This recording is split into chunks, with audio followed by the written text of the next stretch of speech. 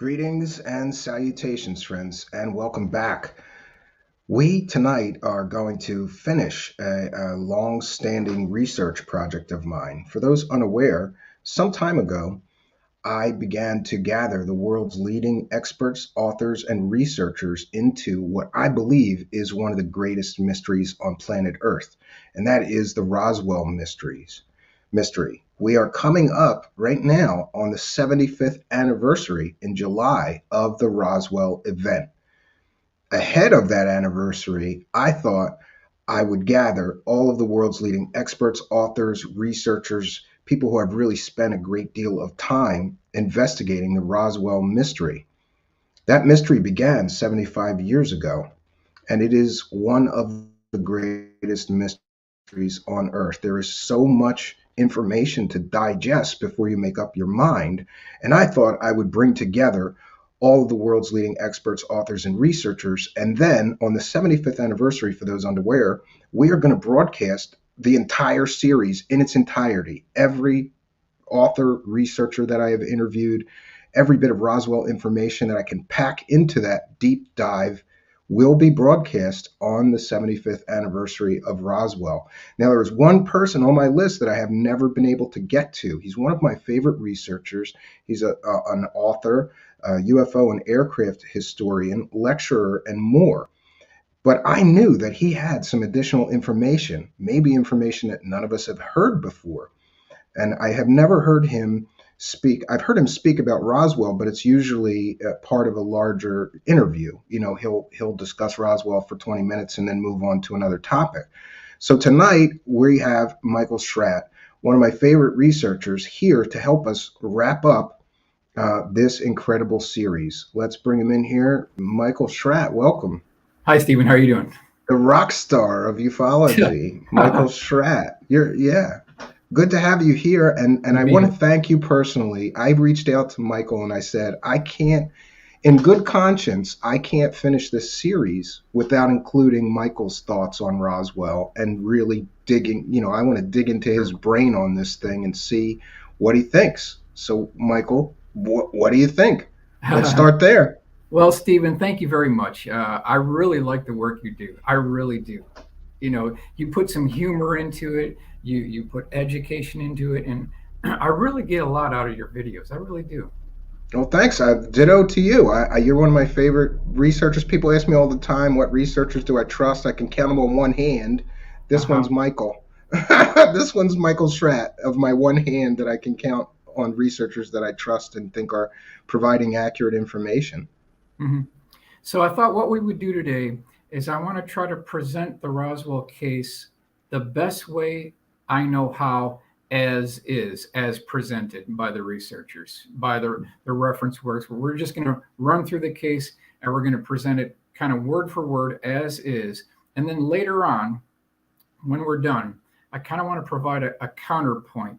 And the reason why I want to do that is, being a researcher, it is our job, it is our mandate to resist the urge to jump on a particular bandwagon, a particular narrative. So we have to be non-biased and neutral. That's our job. And in some cases, if the truth is unpopular or it's inconvenient, we still have to go down that road regardless. That's the goal here. I absolutely agree with you, and I've tried to keep an open mind. We've invited people who are true believers that it was an extraterrestrial event, who are convinced of it. We've invited Cal Korff, who's a huge skeptic, who says it's nothing but a weather balloon and hype. I've tried to keep an open mind, and I'm going to make up my mind after I have digested what everyone has to say. Mm-hmm, mm-hmm. Okay, so why don't we go ahead and get started, and we'll share the screen now. Let's go ahead and share screen now, and let's see if I can figure out how to do this here. It's the center button there says share. Okay, let me see. I don't see that on here. Okay, all right, share screen. Share screen. Okay, all right.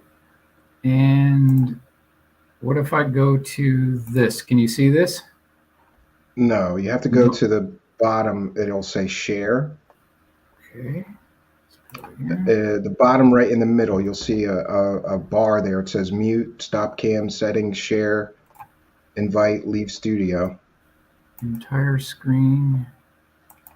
Share. How about now?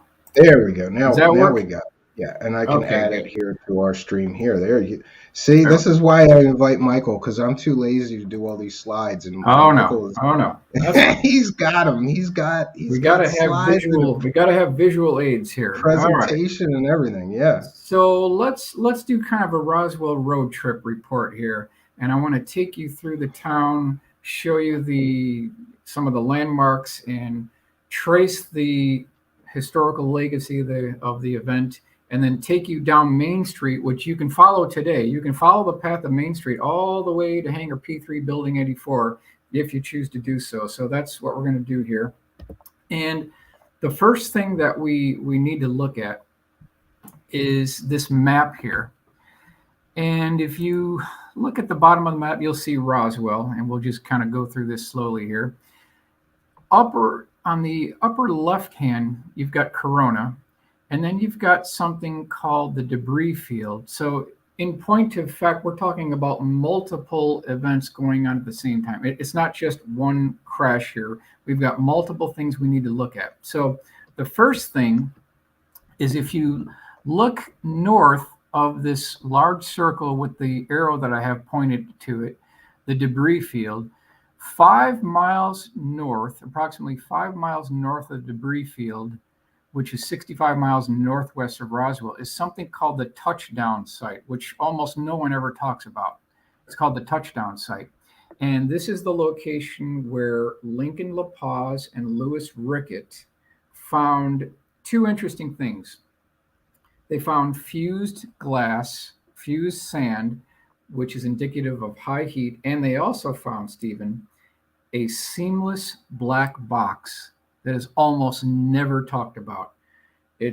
We believe it to be about the size of a bread box. It's seamless. And to this day, I don't think anyone knows if we've ever been able to open it. We just don't know. So those are the two things that were found 5 miles north of debris field at a place called the touchdown site. Now, going south, we've got the main debris field, 65 miles north of Roswell, where we have Mac Brazel and 7-year-old Timothy Dee Proctor on the morning of July 3rd, 1947.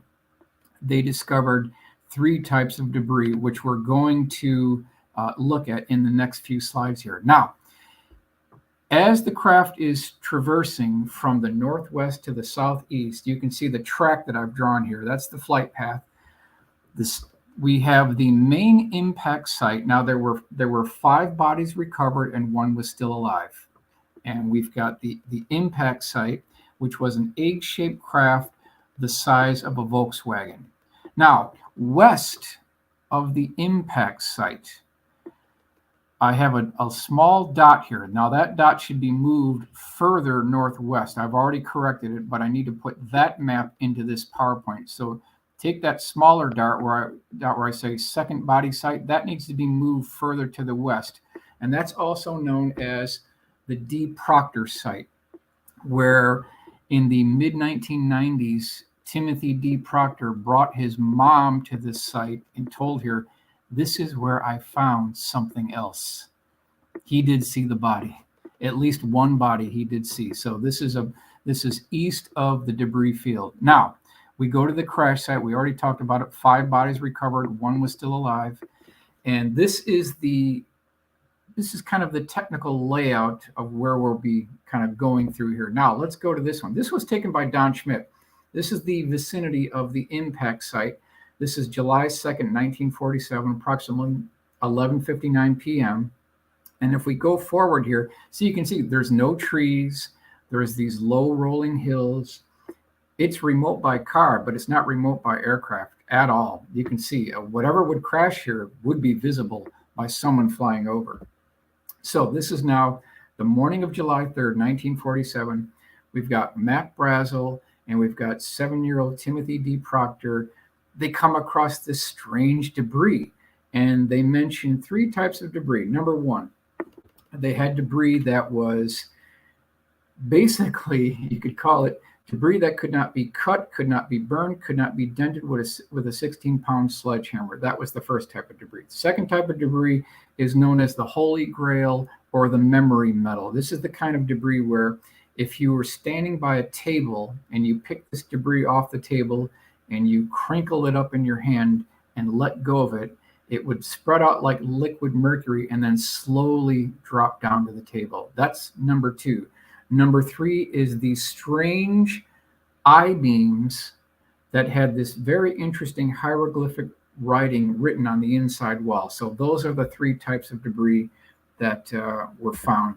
This is the morning of July 3rd, 1947. Okay, so let's move on here.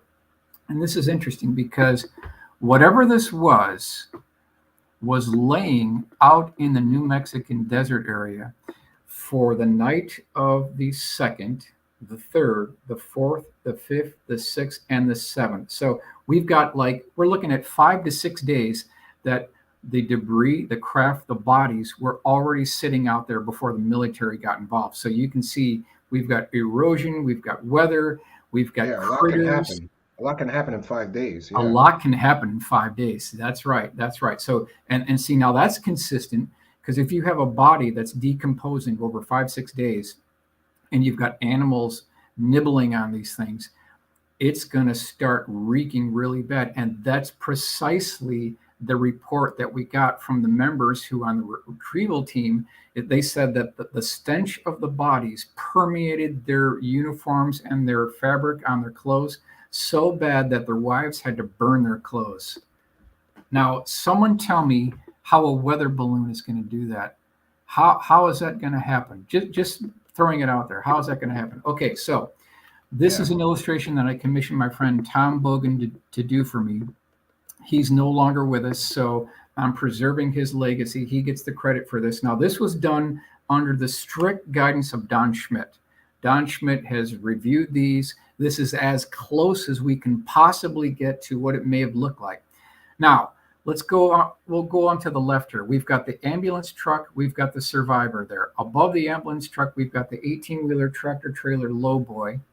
We've got a Jeep here. Don Schmidt also stated that where this craft came down was within very close proximity of a windmill and a small water tank. So we've got that. We've got the troop transport on the right-hand side. And then in the foreground to the right, we've got this egg-shaped craft the size of a Volkswagen with a hull breach and then a couple of other bodies. So there's one thing in here that we did not add, which almost no one knows about, which Don Schmidt told me. At Roswell Army Airfield, the 519th Bomb Group did not have a crane at the time of this incident. So they brought in from downtown Roswell a civilian crane to pick up the craft and put it on the 18-wheeler tractor trailer. We just didn't have enough real estate in this illustration to put that in, but there should be a crane in this illustration to make it completely complete. So let's move on to the next scene here. Now, this is Roswell Main Street Military Convoy, July 8th, 1947. And we have this plus or minus 5 minutes because we've identified multiple eyewitnesses, including 2 paper boys who saw a very interesting convoy going right down Main Street. And you can follow that route today all the way to the base. So you've got a couple Jeeps up front. You've got that 18-wheeler tractor trailer that was at the crash site. We've got a Jeep in back. But then there were multiple eyewitnesses that stated that there was this strange egg-shaped craft. It was about 12, 13 feet across. It might have been 8 feet tall. And they had a tarp over it. They had ropes covering it. And you could not see what was down here. But it did resemble this egg-shaped craft, and that's consistent with what we know about the actual crash site. So these things seem to check out okay. So we're tracking pretty good here. So let's move on. I want to take you inside the hangar now. So this is Roswell Army Airfield, hangar P3, Building 84. This is approximately 15 minutes to 20 minutes after the 2 paper boys saw the convoy going down Main Street, which you can follow today. Now, in the foreground, we've got a few bodies here. Over to the left, we've got the child-sized casket. That was confirmed by Glenn Dennis, who got the order for the child-sized caskets from the base, which is interesting. Why, if it's a weather balloon, why would you have child-sized that makes no sense whatsoever. So the weather balloon explanation is quickly deflating here. It's quickly bursting. Off to the left, we've got that troop transport with debris. And here's the other thing.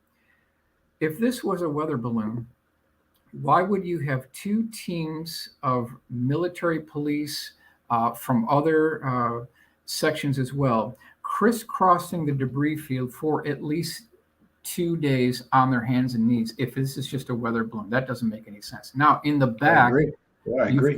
You've got the wooden crate that they're building, and they're going to put the bodies in the caskets, and the caskets go in the wooden crate. Off to the right, you've got the 18-wheeler tractor trailer with the craft on there on the low boy. Now, it's interesting to keep in mind that by the time we had the retrieval operation, the civilians got to, I'm going to back up a couple here. Civilians got here before the military. And so what that means is, to this day, Stephen, I'd be willing to bet that there are still some people out here, relatives of people who got to the debris field before the military got involved and the crash site. They picked up a souvenir and they still have it today. I'm sure. I would agree with you that somebody's got to have Stephen? What do you think? I think that somebody's got this material hidden away. And after all these years, I don't believe that they were able to get it all. And just to clear up a little bit of confusion, because people are always confused by this, there's two separate debris sites, right? There's the one where everything was destroyed and it was literal little pieces that they had to pick up. And then there was the second site with what some people believe was some sort of escape pod or, crew pod that you're describing here. But yeah, I would think that all those people involved, somebody would have put some of that in their pocket. Some of them would, spirit it away, put it away, because this was a huge event. Like, this could be alien spacecraft parts. Yeah. I would grab some. Someone's got physical evidence right now as we speak, probably in the Roswell area, or they might have handed it to a relative or a cousin and then they moved away. But you can bet your bottom dollar that somebody has something. Now, they probably won't come forward. It might be a death wish, because now you're playing with the big boys. That's how you can get in trouble, when you have physical evidence, because the way this game is played is they don't care what you know, they care what you can prove. That's how this game is played. And if you have a piece of actual physical hardware, now you're in a completely different category. So that's something to keep in mind. And so we know why people haven't come forward, because it's a very dangerous thing to do. Now, let's keep in mind, when this is all going on, it was kind of a chaotic situation. You had multiple things converging at the same time. And by this time, the first body flight had already departed Roswell. This was in a C-54 by Pappy Henderson. The other body flight that we're going to talk about later is the straight flush B-29. So by this time, we're preparing the bodies for getting out of here. First body flight is already gone, went directly to Wright Field, Dayton, Ohio. Okay, so what they did next is they put the bodies in the caskets, the small statured child-sized caskets. Those caskets were put into the wooden crate, and the wooden crate was lowered into atomic bomb pit number 1. And then this is interesting, they put 2 perimeter screens around atomic bomb pit number 1 with MPs stationed both inside and out of both rings. And these MPs were told to shoot to kill anyone who tried to breach these perimeter screens. Now, I argue, why in the world would you shoot to kill someone over a that's standing guard with a wooden crate that reeks of decomposing bodies if it's a weather balloon? This doesn't make any sense. Even if it's a Project Mogul balloon, it still doesn't make any sense. Yeah, not shoot to kill. And it would have to be something a little more important and exotic than weather balloon parts or radar reflectors. Precisely. That's exactly correct. All right, so now we're moving on. This is B-29 straight flush, taxis over atomic bomb pit number 1, Roswell Army Airfield. wooden crate loaded into cargo bay. This is July 9th, 1947, flown to 8th Air Force Headquarters, Fort Worth, Texas. So you can see they're now bringing the crate up into the bomb bay of the B-29. This is straight flush. And what's interesting about straight flush is, if this story is true, if we really did recover extraterrestrial bodies, why did they scrap this aircraft? It's the most significant, historically significant aircraft in the world, and they got rid of it. This, I don't get it. I don't understand the logic. This should be preserved for history. If the story, I would agree. Yeah, absolutely. It would be one of the biggest. It would be one of the most important aircraft in aircraft history, because it would have flown these biological bodies of otherworldly beings to Wright-Patterson. Or I'm sorry, this one was flown to Air Force Headquarters. Fort Worth, Texas, correct. Yep.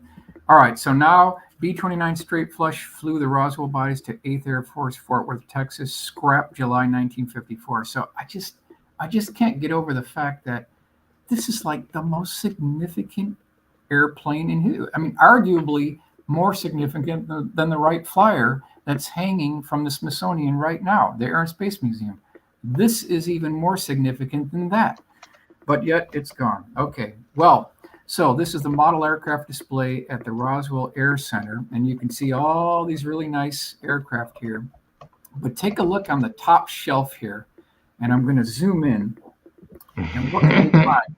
There's the straight flush, yeah. Of straight flush Victor 85, and ladies and gentlemen, this is all we got left.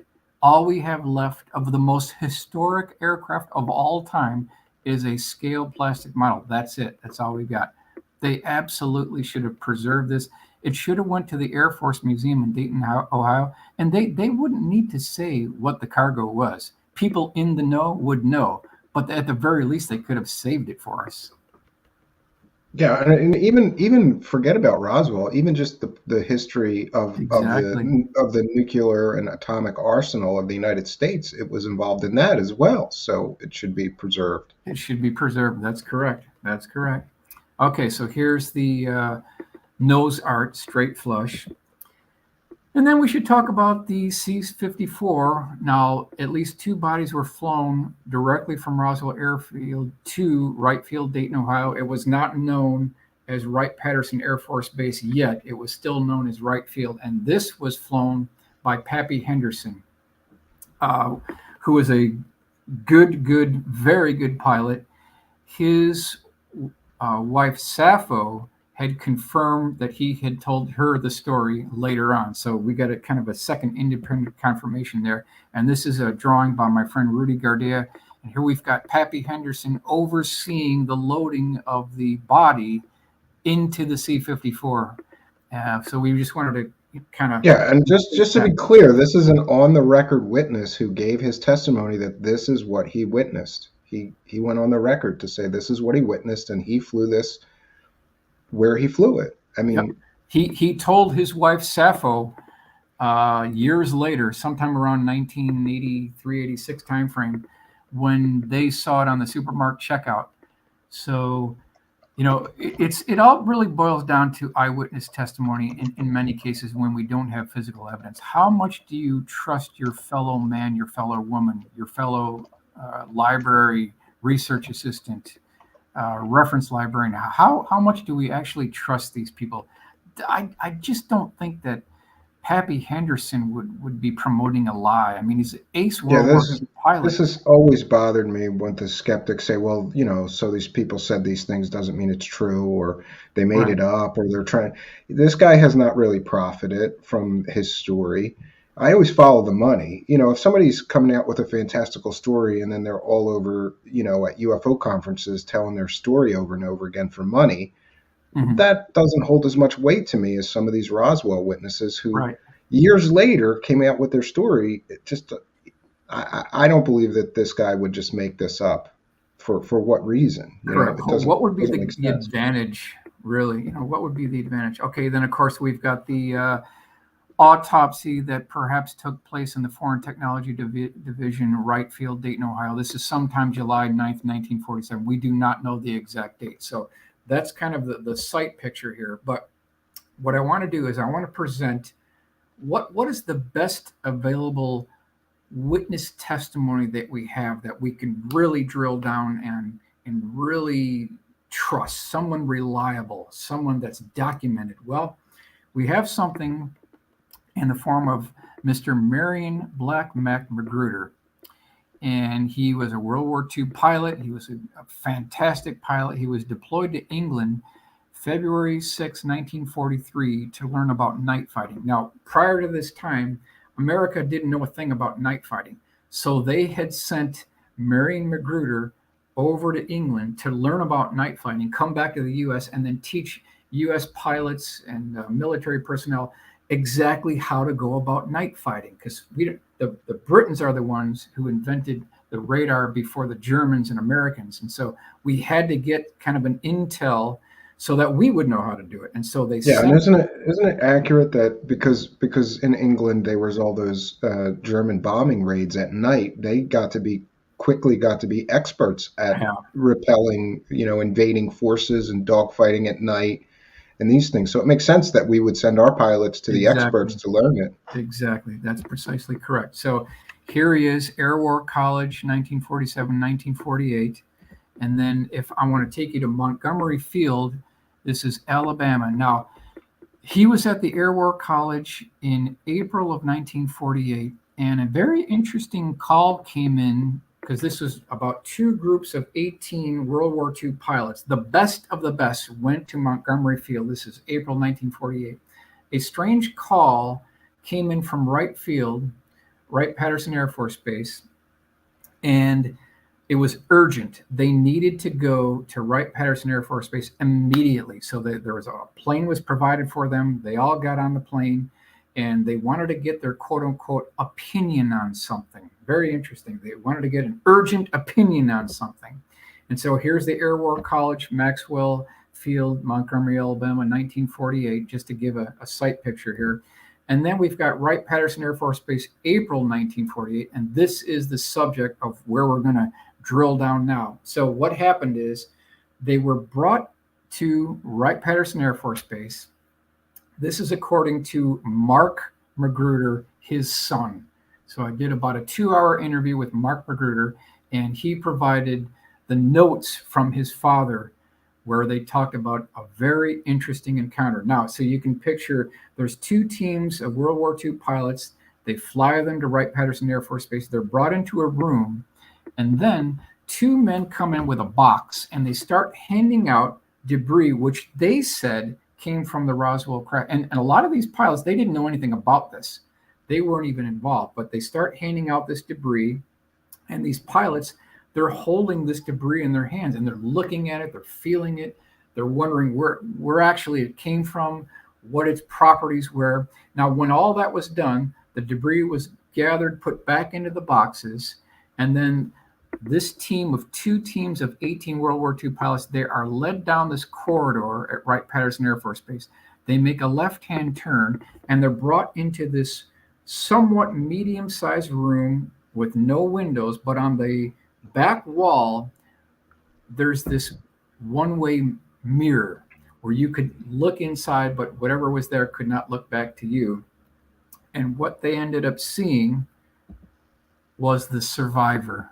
So here's the survivor, April 1948, drawing by Rudy Gardea. Can you imagine seeing the survivor of the Roswell crash? They also saw debris, the survivor. There were other bodies that were deceased that they also saw as well, because I confirmed that with Mark. He saw the survivor and the deceased corpses as well. He was described as squiggly.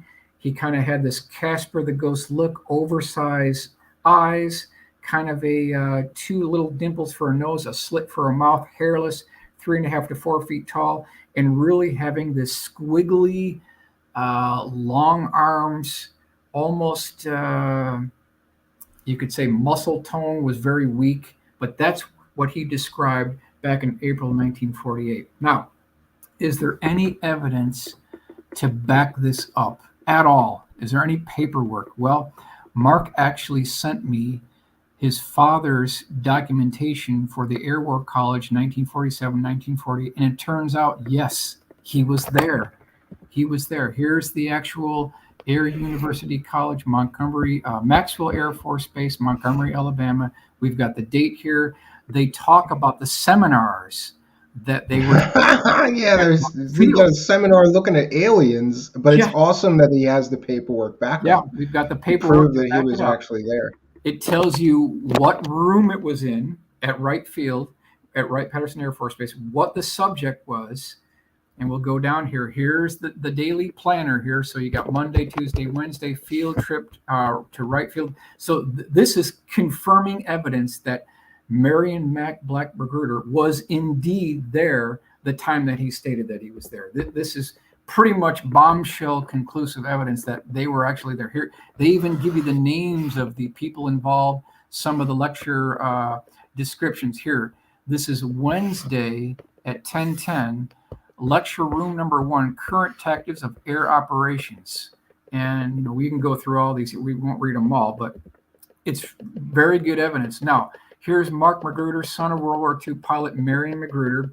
Did a 2-hour interview with him. And here's the Kentucky Hall of Fame, Marion Milton Magruder, 1911 to 1997. So just to prove that I did interview the gentleman, he's a real person. Here's some of the medals that he received as well.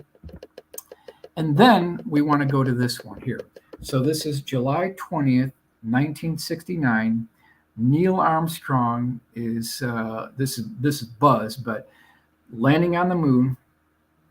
And right between a break in the coverage, Merritt Magruder, another son of Marion Magruder, they walk out to the porch, and the son turns to the father and said, I wonder, they're looking at the moon. I wonder if there's anybody out there. I wonder if there's any other life in the universe.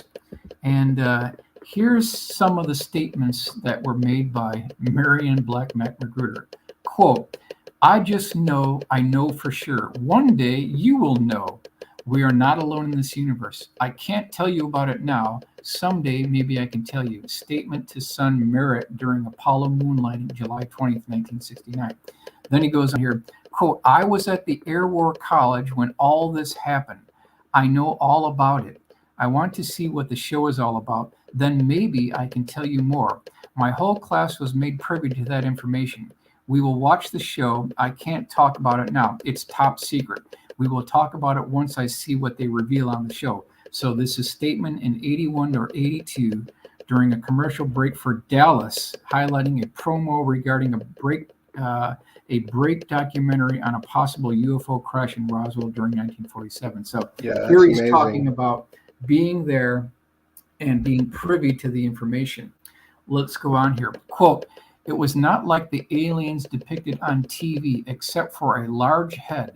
Instead of gray in color, this being was more flesh tone, wearing a flight suit, human-like, but not like any human being I've ever seen. Squiggly, clearly not from this planet. He goes on here, quote, they were all small in stature. So there you go right there. He used the word they, so that's more than one. Humanoid, somewhat Asian looking. Clearly they were not of this world. We all knew they were not of this world. They had extra long digits with suction cups at the end of their fingers. Their arms were this and long, out of proportion, longer than human. Their elbows were a lot further down. They were like little children without any hair, about 4 feet tall. They had almond-shaped eyes, a little larger than human. The mouth was just a small slit, not much of a nose, no ears like some of the drawings. And then I thought this was very interesting. Quote, they all think the bodies are at Wright-Patterson Air Force Base, but they are at Eglin Air Force Base in vast underground cold storage vaults there. Statement after watching a documentary about Roswell. So he was privy to the fact that that's interesting. There was definitely something at Wright Field, but that's not the only location. There was something going on at Eglin Air Force Base with bodies. And then we've got pretty much confirming evidence indicating that other repositories for UFO crash retrievals and bodies are at the very least MacDill Air Force Base, Tampa, Florida, Langley Air Force Base, Virginia, and Homestead Air Force Base, Florida as well. So you can see that they spread these assets out so they don't have single point failure. Well, it would make sense, wouldn't it, that they would first, when this event happened, they would first take it to a very secure location first before they figure out where the final destination is going to be. And yes, Yes, spreading it out so that they have, they don't lose they don't lose the samples of these biological entities. I would want to spread them out as well. I would send exactly, one to exactly. each. If you had 5 bodies, send them to 5 different bases so that we preserve them. And isn't it interesting? Some of them may have went to Florida because there's that famous story of Jackie Yeah, that's Gleason claiming Homestead Air Force Base. We've got Homestead Air other, Force Base. Yeah, yep, he yep. We've claimed got that Jackie Gleason. Jackie Gleason claimed to have seen an alien in an Air Force base, and he was so upset he couldn't eat for weeks. He was a change man. He was a change man. That's correct. That's correct. All right, so then let's go to this Southwest Soaring Museum. So if you go to Roswell, there's a couple ways you can get there. You can fly into Albuquerque and drive 200 miles, or you can fly directly into the maintenance center, the air center at Roswell, and then drive 6 miles and get there. So it's a lot easier to go the shorter route. But I took the longer route. And maybe it's good I did, because I got to this soaring museum, and I just hit you with a couple photographs here. They've got We got conventional. some kind of tapping going on. Just be aware of Oh, that. I okay. don't, somebody in the Sure. live chat mentioned. No problem. So they've got conventional designs, they've got home built designs, they've got foreign designs. And I was there for about half an hour before they closed. The guy let me in, and I just wanted to take a couple of pictures here just to document it. But interesting that there's a very interesting antique auto and toy museum literally 1,000 feet away from this sailplane museum. And they were closing in 10 minutes. And I just said, "Can I look through this really quickly? I'll be very quick." And they let me go through. I'll take you through a couple of the pictures here. Here's some of the toys they had on the wall. Nothing was for sale. They had some old vintage cars on the interior. And then they had dozens and dozens and dozens of these old rusty Hulks, Model Ts, Model As. They had trucks. Some of them probably could be restored. And so, of course, since I was going to Roswell, I asked this gentleman who was kind of the curator here. His name is Archie Lewis. I said, "Well, are the rumors true?" And he said, "What rumors?" And I said, "Well, the rumors about Roswell. What was a craft recovered? Were bodies recovered?" And I got this guy on videotape. And what he told me is he said in 1947, like on the literal same day that this event occurred, which was the night of July 2nd, 1947, his sister, now deceased, was riding horseback with 2 other friends, and they were in Vaughn, New Mexico, which is about 100 miles north of Roswell, riding horseback. And all of a sudden, this strange craft came by them, did one complete orbit around, and then departed. And he said that they were shooken to their core.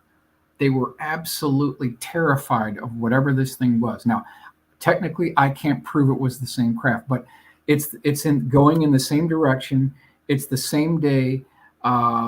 They didn't describe it in great detail, but there's a very high likelihood that this was the same craft. So we've got independent confirmation of another UFO, which could be the exact same craft that crashed 100 miles north of Roswell on its way to the crash site. So it's just an interesting data point that I don't think most people have really heard about. And again, if this is a weather balloon, how does a weather balloon make a controlled descent in orbit around 3 girls on horseback? Doesn't make any sense. So just a little piece of the puzzle here. Here is the map of Vaughn, and then you can see it's about 100 miles north of Roswell. So that just gives you a location. It was definitely heading in the right direction. Okay, this is kind of a quick flyer that I put together, and because I was heading to Roswell, and I thought, well, why don't I front load this thing? Why don't I try to put together a flyer, and I'm going to send this out to all the Experimental Aircraft Association chapters in the entire state of New Mexico. So I actually did that. I created this flyer. We'll go over it real quickly here, and it was in PDF format, and I asked them to please circulate this to your EAA chapter members. I wanted Yeah, to so get you're trying to find some feedback. additional witnesses, right? Exactly. I'm trying to, we got to take the bull by the horns here, because if we don't, another 75 years is going to go by and we'll all be gone and we'll still not know what actually happened here. So I'm going to rip through this really quickly here. Attention. After more than 75 years, the truth can finally be revealed regarding what was commonly been referred to as the Roswell incident. On the night of July 2nd, 1947, an egg-shaped object of unknown origin crashed on the Foster Ranch, approximately 35 miles northwest of Roswell, of New Mexico. The craft measured approximately 13 feet across and had a brushed aluminum exterior surface. On the morning of July 3rd, local rancher Mac Brazel discovered mysterious debris scattered over the ranch. The debris consisted of hundreds of tinfoil-looking shreds of material that spread out like liquid mercury after being folded up by hand and released. Other debris included extremely thin material that could not be cut, could not be burned, or dented with a 16-pound sledgehammer. Finally, multiple small I-beam-shaped debris was recovered, which included strange hieroglyphic writing or symbols on the inside wall. By July 8th, military personnel from the 509th Bomb Group stationed at Roswell Army Airfield arrived on the scene to begin the retrieval operation. They discovered 5 bodies associated with the craft, and one was still alive. By 4 p.m. on July 8th, multiple eyewitnesses in Roswell observed a military convoy traveling down Main Street, heading in the direction of the base. This convoy consisted of multiple jeeps and a lowboy tractor-trailer, which was carrying an egg-shaped craft concealed by a large tarp. Minutes later, the convoy arrived at Hangar P3 Building 84, where the construction of a large wooden crate began. The remaining deceased alien corpses were carefully placed into child-sized caskets and loaded into the crate. On the morning of July 9th, the bodies contained within the crate were loaded into the bomb bay of B-29 Straight Flush and subsequently flown to 8th Air Force Headquarters, Fort Worth, Texas. At least one body was flown in a C-54 by pilot Oliver Pappy Henderson directly to the Aeromedical Lab at Wright Field, Dayton, Ohio for autopsy. If you or someone you know has had first-hand experience dealing with the Roswell debris, crash UFO, or extraterrestrial bodies, please preserve an important part of our national history by contacting military aerospace historian Michael Schratt below. Okay, so I sent all these out. I waited about a week, and guess what? I got crickets. I got Well, nothing but that crickets. stands to reason because some of the witnesses would be 95 at this Yep, point. Or, they are. They are. However, I got one response. Believe it or not, I got one response, and this is from a gentleman who claimed that he personally knew Timothy Dee Proctor. Dee Proctor was working for him. He was kind of a building contractor, and he was working. So he actually knew Dee Proctor. So one of my flyers got to this guy. And so I called this guy up. I emailed him. I interviewed him on the phone twice. And I'm going to hit you with the takeaway here. Witness who knew Dee Proctor. Number 1, stated Dee told him that he had held the Roswell debris. Number 2, mentioned that he had seen the bodies, the Dee Proctor's second body site. And number 3, mentioned that Dee told him he was not threatened by the military, but his parents were. And that's what I got out of it. It's not much to go on, but this is what he told me. well, it's still another corroborating witness. Another piece of the evidence, yes. So if Roswell was nothing more than a weather balloon, then explain the bodies, number 1. And number 2, explain the debris. And number 3, explain why the military would threaten his family if it was just a weather balloon. Doesn't make any sense. Yeah, and explain all of the other witnesses who claimed that they were threatened or their families were threatened. That's correct. That's correct. And the deathbed confessions of people. Yep. Something else, we're not being told here. Okay, so now let's go to Roswell Army Airfield, Hangar P3, Building 84. This is the current Roswell Air Center. I want to give you some shots of the scene of the action here. Here's the reverse image of the hangar itself, and then I want to take you inside the hangar as well. So now we're walking up into the hangar, and I believe I can get you plus or minus 6 inches to where they actually laid the bodies down on the floor. It's a very interesting vibe you get from this place. And if you make the right connections, you can make an appointment with the director of the maintenance center, and he'll take you inside the hangar and drive you around the entire base. So now we'll go inside. This is the location here. And this building, he told me, was only supposed to be there for 10 years.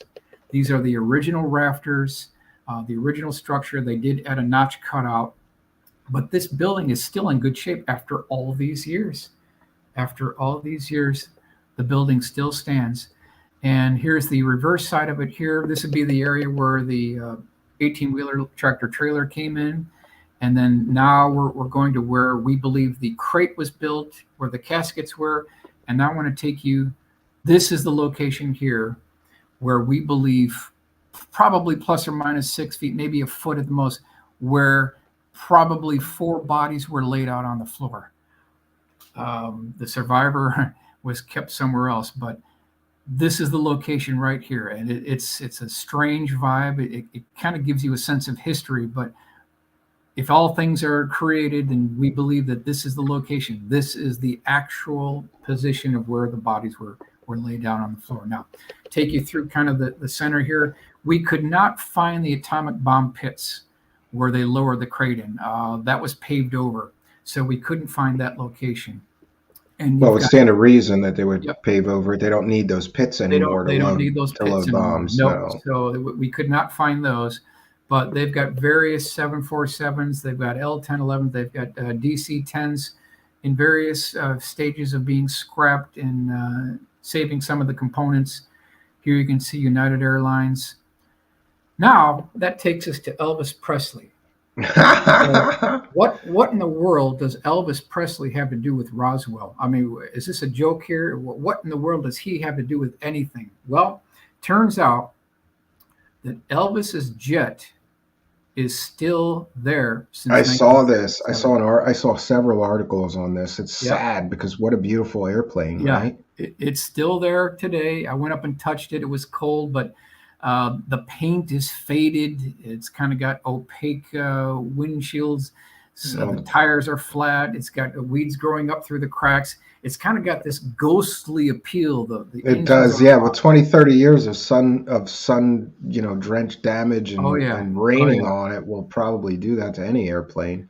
It's sad that they didn't preserve this better. Yep. Now, I don't know if it could be salvaged to fly again. It would take millions, but maybe it's possible, depending on the structural integrity of the spars. But it's possible. And so I asked the guy, what do you think? Did Elvis know anything about it? And he told me that with Elvis's international connections and his very good friendship with Richard Nixon, it's possible that Elvis knew something about Roswell, but he never admitted to it. So I guess this question's still out there. He could know something about it. There might have been something there that he knew, but he certainly never told anybody that we know of anyway. Interesting. So there's a little bit of an Elvis connection here. Now, if you go to the Roswell UFO Museum and Library, this is kind of a view inside the library. And then these are the about 200 bank boxes of material.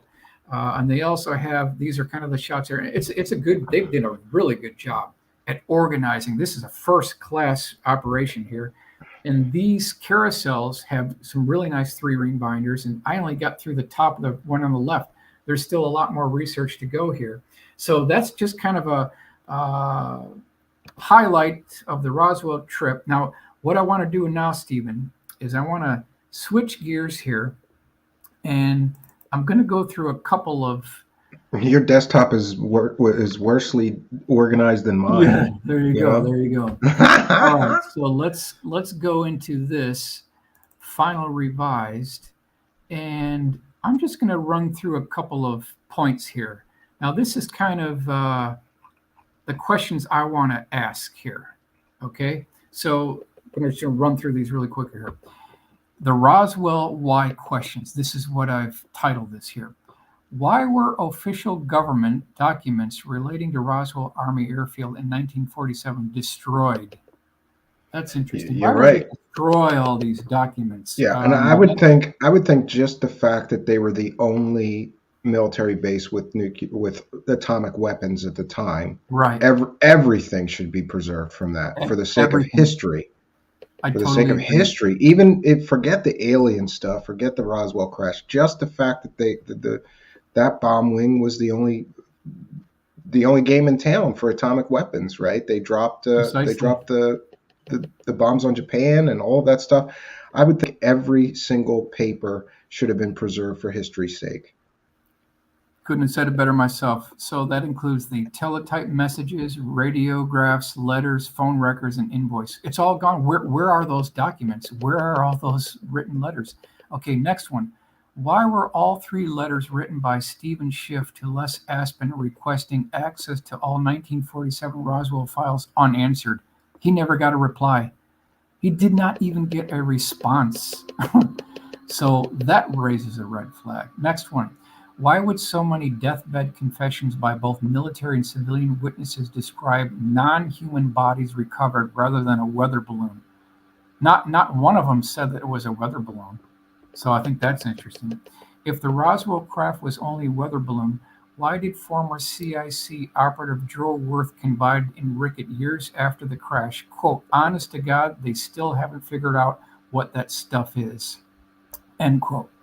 If the Roswell craft was only a weather balloon, why would former Provost Marshal Edwin Easley make reference to the creatures just before he passed away at Parkland Hospital in Dallas, Texas? That's interesting. How do we go from weather balloon to creatures? We're talking about something else here. We can't just be talking about a weather balloon. Why would former CIA operative Claire Miller, who dispatched the funding for the cleanup operation, refuse to talk to CIC member Louis Rickett years after the event? That's interesting. If the crash was only a weather balloon, why would Sergeant Fowlett Jr., with only days to live, confide in his daughter that he was, quote, at Roswell when they recovered the spaceship? I was involved. It's all true, end quote. That's interesting. That's interesting. And I tend to one of my favorite books on Roswell is this Children of Roswell, Mhm. because it tells a lot of these deathbed confession stories. And I just don't see people at the end of their life going, you know what I'm going to do? I'm going to make up a story about aliens. And these people verifiably were stationed there at the time. You can check, you know? Right. It makes no sense that they would just start making up stories about aliens on their deathbed and tell their family. And in some cases, Exactly. the conversation goes like, I just want you to know this is what happened and this is the truth, and we're not alone in the universe. There's other intelligent life out there, and I know because I've witnessed this event that was covered up. Why would you tell your children that on your deathbed? Exactly. It makes no sense to me. I agree. Next one here, Myers Wani. No, this is where we want to go here. Captain Darwin E. Rasmussen, 718th Bomb Group Operations Officer, on his deathbed, told family members that the Roswell incident was true and that 4 bodies were recovered. Myers Wani, B-24 Liberator pilot in World War II, was ordered to Roswell Army Airfield to oversee the transport of a top secret item from Roswell to Fort Worth by way of a B-29. In the final years of his life, Wani told his daughter that the Roswell incident was real and that he had flown the bodies from Roswell to Fort Worth. He also mentioned that there were 3 sites and told his family, quote, whatever you do, don't believe the government. It really happened. So now we've got B-29 people talking. B-24 Liberator pilots. See, that's the caliber of witnesses that we want here. Next one. Why would CIC Captain Sheridan Cabot refuse to talk about the Roswell events to family members with only days to live if what was recovered was only a weather balloon? If the crash at Roswell was only a weather balloon, why would Sheridan Cabot's CIC Air Force OSI boss Doyle Reeves write him a letter stating the following: when you call the press conference to tell the world, let me know because I want to be there. That's interesting. If it was only a weather balloon or top secret American or German experimental aircraft, why could Werner von Braun, top German rocket scientist, not identify the material when he arrived at the crash site? If the crash at Roswell was only a weather balloon, why would 390th ASS MP Leroy Wallace, who helped load the bodies at the crash site, need to constantly bathe and bathe his hand to rid himself of the terrible stench? That's what we talked about. He later burned his clothes and burned the ashes due to the foul smell. Oof. That's some pretty good evidence. That's some pretty good. Yeah, I've heard that before, and weapons. I found that to be pretty convincing evidence. Like, what Yeah, if there wasn't this intense, crazy, stench, and who knows what aliens smell like? Maybe it's worse because they got some kind of different enzymes than us, or different, and they're laying right. out there in the desert for 5 days. That's going to reek. Absolutely. Why would the U.S. military conduct a test flight of a top secret experimental aircraft at night during a thunderstorm/lightning storm? Classified aircraft are tested at Muroc Dry Lake Edwards Air Force Base, not near Roswell Army Airfield.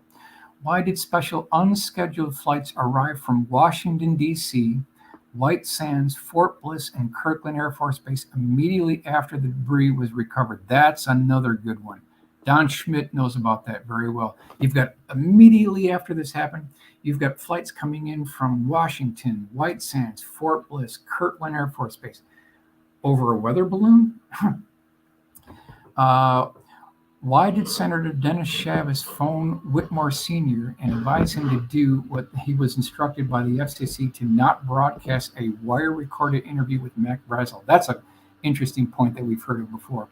Why was Barry Goldwater denied access to the quote-unquote Blue Room at Wright-Patterson Air Force Base by General Curtis LeMay? That's never technically been answered. Let's continue here.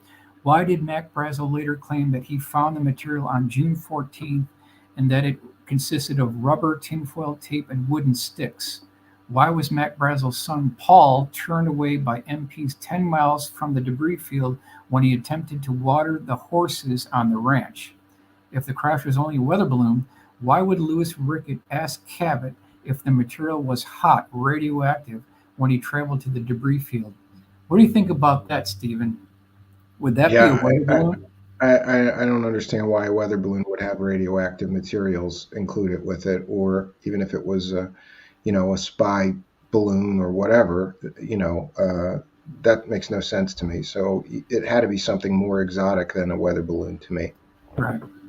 Why would Cabot invite Master Sergeant Louis Rickett to view the debris for an independent assessment opinion regarding the strange wreckage if it was only a weather balloon? Why would the military return to Mac's house looking for any remaining debris a full 2 years after the event? Oof, that's a good one. Why would Mac Brazel's storm out of the restaurant in 1959 after being asked about the 1947 events in Roswell by a former real estate salesman, Howard Scogan? If the Roswell craft was only a weather balloon, why was Sergeant Frederick Benthal ordered to review the background files on both Robert Oppenheimer and General Curtis LeMay during his flight to Roswell in a B-25 for the purpose of photographing the bodies? Why would a mortician meet the crew of Straight Flush on the tarmac once it landed in Fort Worth? That's it. Yeah, and speaking of photographing bodies or debris, isn't it true that they brought in outside photographers? And wouldn't they have their own? Why would they bring in outside photographers from outside of the base? That Yeah, doesn't make any sense. If it was just a weather balloon, you got people on the base, they're familiar with weather balloons, send them to take the pictures. But send them to take the pictures. that's not what happened. They brought in photographers from other bases for some reason.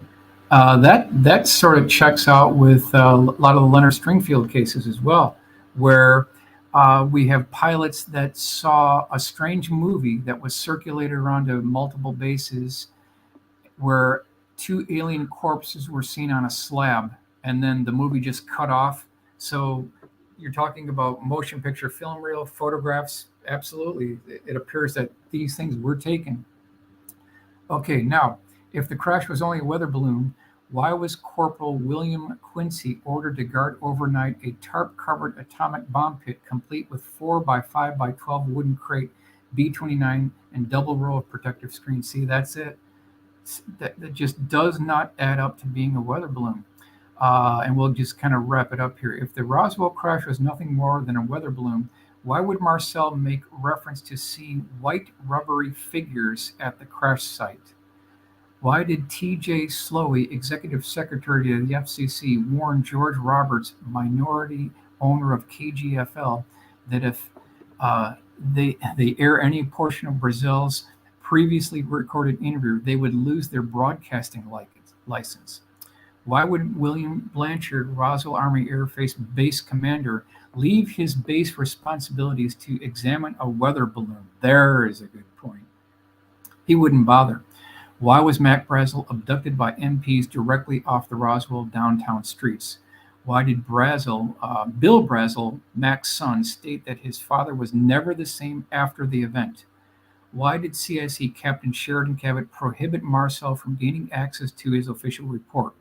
If the crash at Roswell was just a weather balloon, why did Sheridan Cabot slam his fist down on the table and storm out of the room during Thanksgiving dinner decades after the event, when his son, Joseph Cabot, asked him what happened to the black box that was recovered near the debris field? So when you put this all together, it's clear we are not talking about a weather balloon here. There's something else going on. Yeah, I would tend to agree with you. Something else going on. Okay, now, couple things that we want to do to be neutral here, to be completely neutral. Let's look at a couple of other pieces of evidence here. And I've kind of termed this Roswell Part 10 in a long series that I did called Roswell Revelation. So in this installment of Roswell Revelation, we will closely examine the quote-unquote trickle-down technology list. The following breakthrough technologies were allegedly a direct result of the Roswell crash of 1947. So here's the list. Number 1, image intensifiers. Number 2, fiber optics. Number 3, super tenacity fibers. Number 4, lasers. Number 5, molecular alignment and metallic alloys. Number 6, integrated circuits. Number 7, HARP. Number 8, Project Horizon. Number 9, portable atomic generators. Number 10, irradiated food. Number 11, third brain guidance systems, EBE headbands. Number 12, particle beam Star Wars anti-missile energy weapons.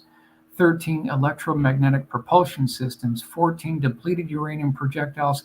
And number 15, Velcro. So, however, were these breakthroughs really the product of reverse engineering and alien spacecraft, or did they have a more earthly antecedent prior to? So, if we look at the breakdown here, let's look at the first one. Night vision. We've got Dr. V.K. Zworkin, father of night vision. Night visions and infrared systems were used on German Panther takes prior to Roswell 1947. They were actually employed in 1943, 4 years before the Roswell incident. So we need to address that. That's something that has to be looked at. Next one. Yeah, these claims of technology derived from the Roswell crash, I've never believed, because I've independently, it looks like you've done some of the same work that I did. I've independently looked into. Right. And what I found is most of these technologies either already existed or they're well on their way to becoming reality before or nearly after the Roswell event. I know. And, it's an inconvenient truth, but we can't deny it. Even if it's unpopular, we still have to examine counterpoints, because we have to be neutral. We absolutely have to be neutral. We look at fiber optics. 1884 illustration of a, quote, light pipe by Alexander Graham Bell. So the beginning workings of fiber optics date back to 1884. Here's the photo phone. They talk about this, 1842. Interesting. You got it further back than me then. Okay. We've got lasers here. Roof Wiederow, and this is the document here. Quote, cascade principle described in document, German document. As far back as 1917, They studied studies in Germany in the late 1920s. They go into the historical legacy of the cascade principle, which is the forerunner to the laser. So they were already looking at this very early on. Transistor and integrated circuits, German Klystron tube 1940 to 1941, and then photographs of German semiconductor chips. This predates Roswell by 6 years. They already had these tubes and beginning the workings of the semiconductor chips prior to Roswell. So, to be fair, we have to look at this other evidence as well. And then one other quick point I want to look at as well is I have a source who I will not name, but I will give you his word for word description. He believes he knows exactly what the Roswell incident was. It was a quote unquote stovepipe operation to ferret out German spies. That's his impression of it. Now, these are direct statements. I won't name him, but this is what he said.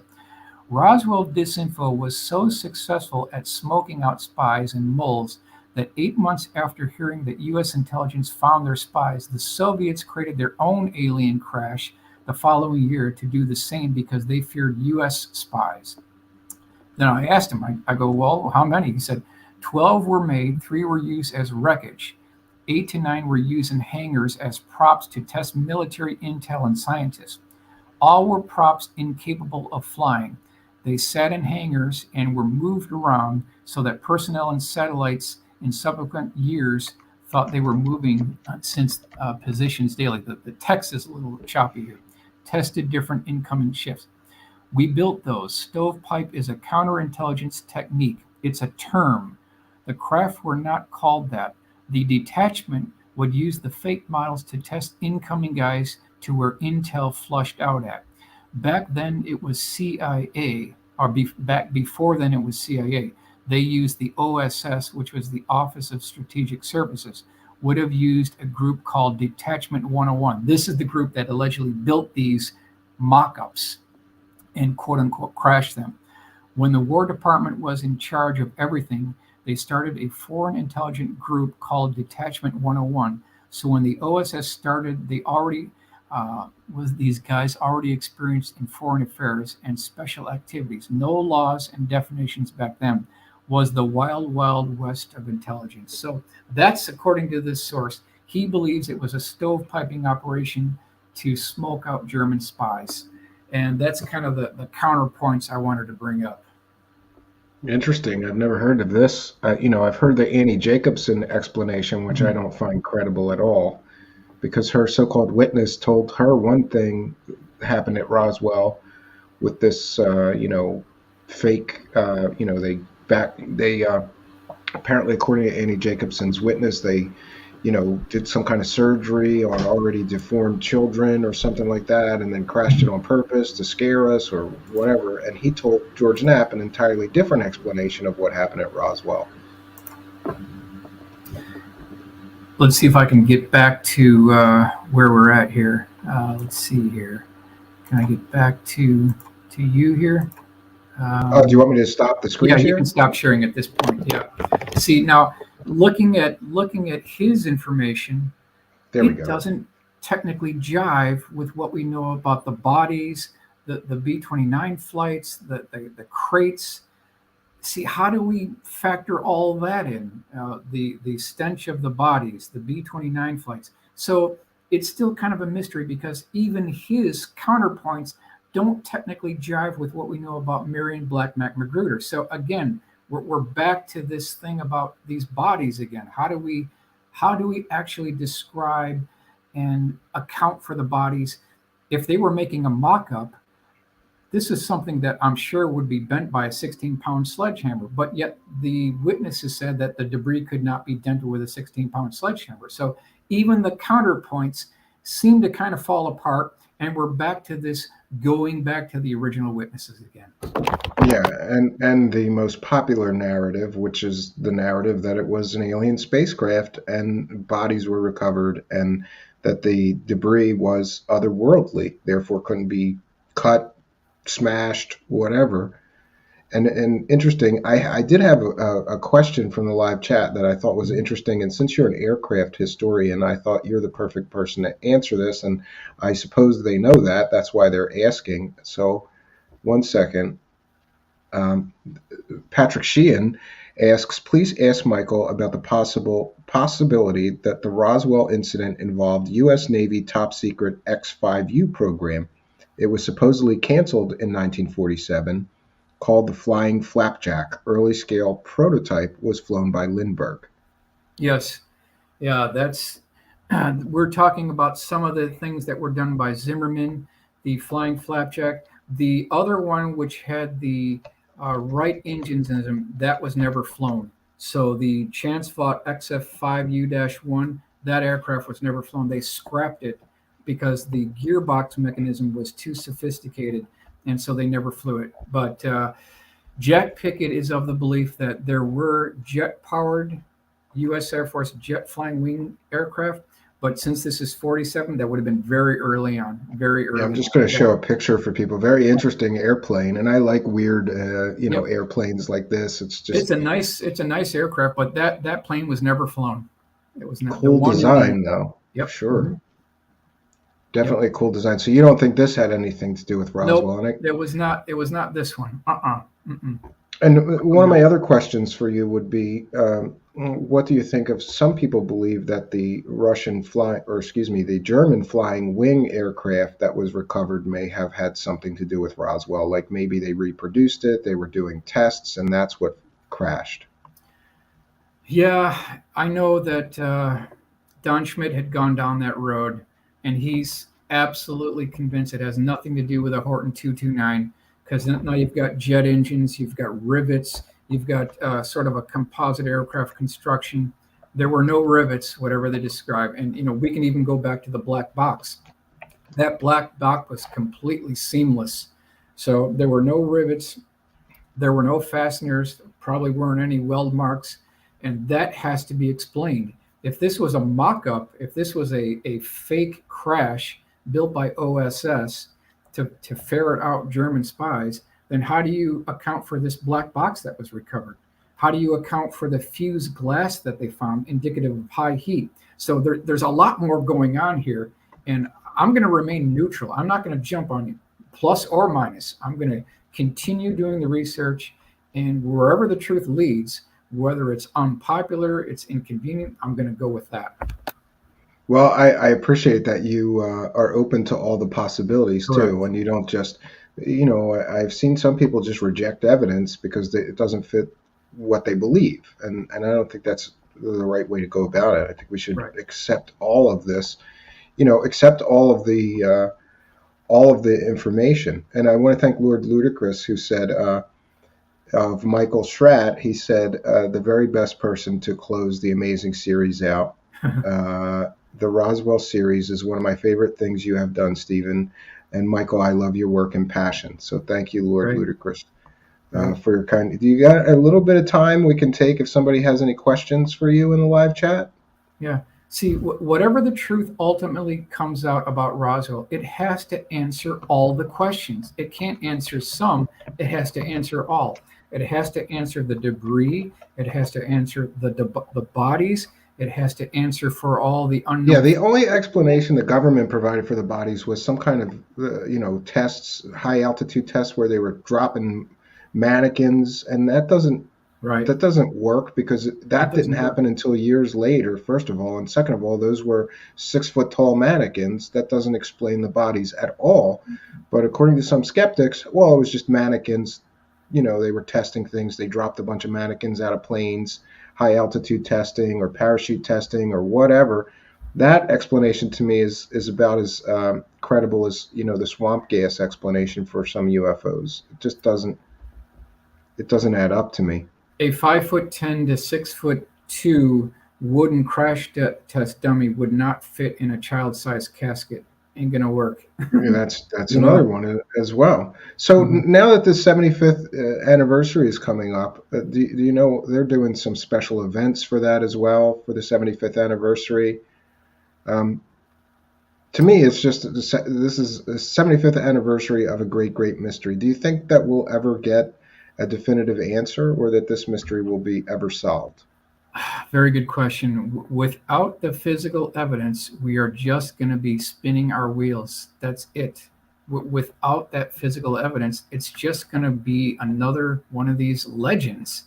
And that's why I think that the Leonard Stringfield crash retrieval witnesses are so important, because it does provide corroborating evidence for the Roswell incident, because he's got about 119 retrieval cases within his 7 status reports. That's about 2 inches thick.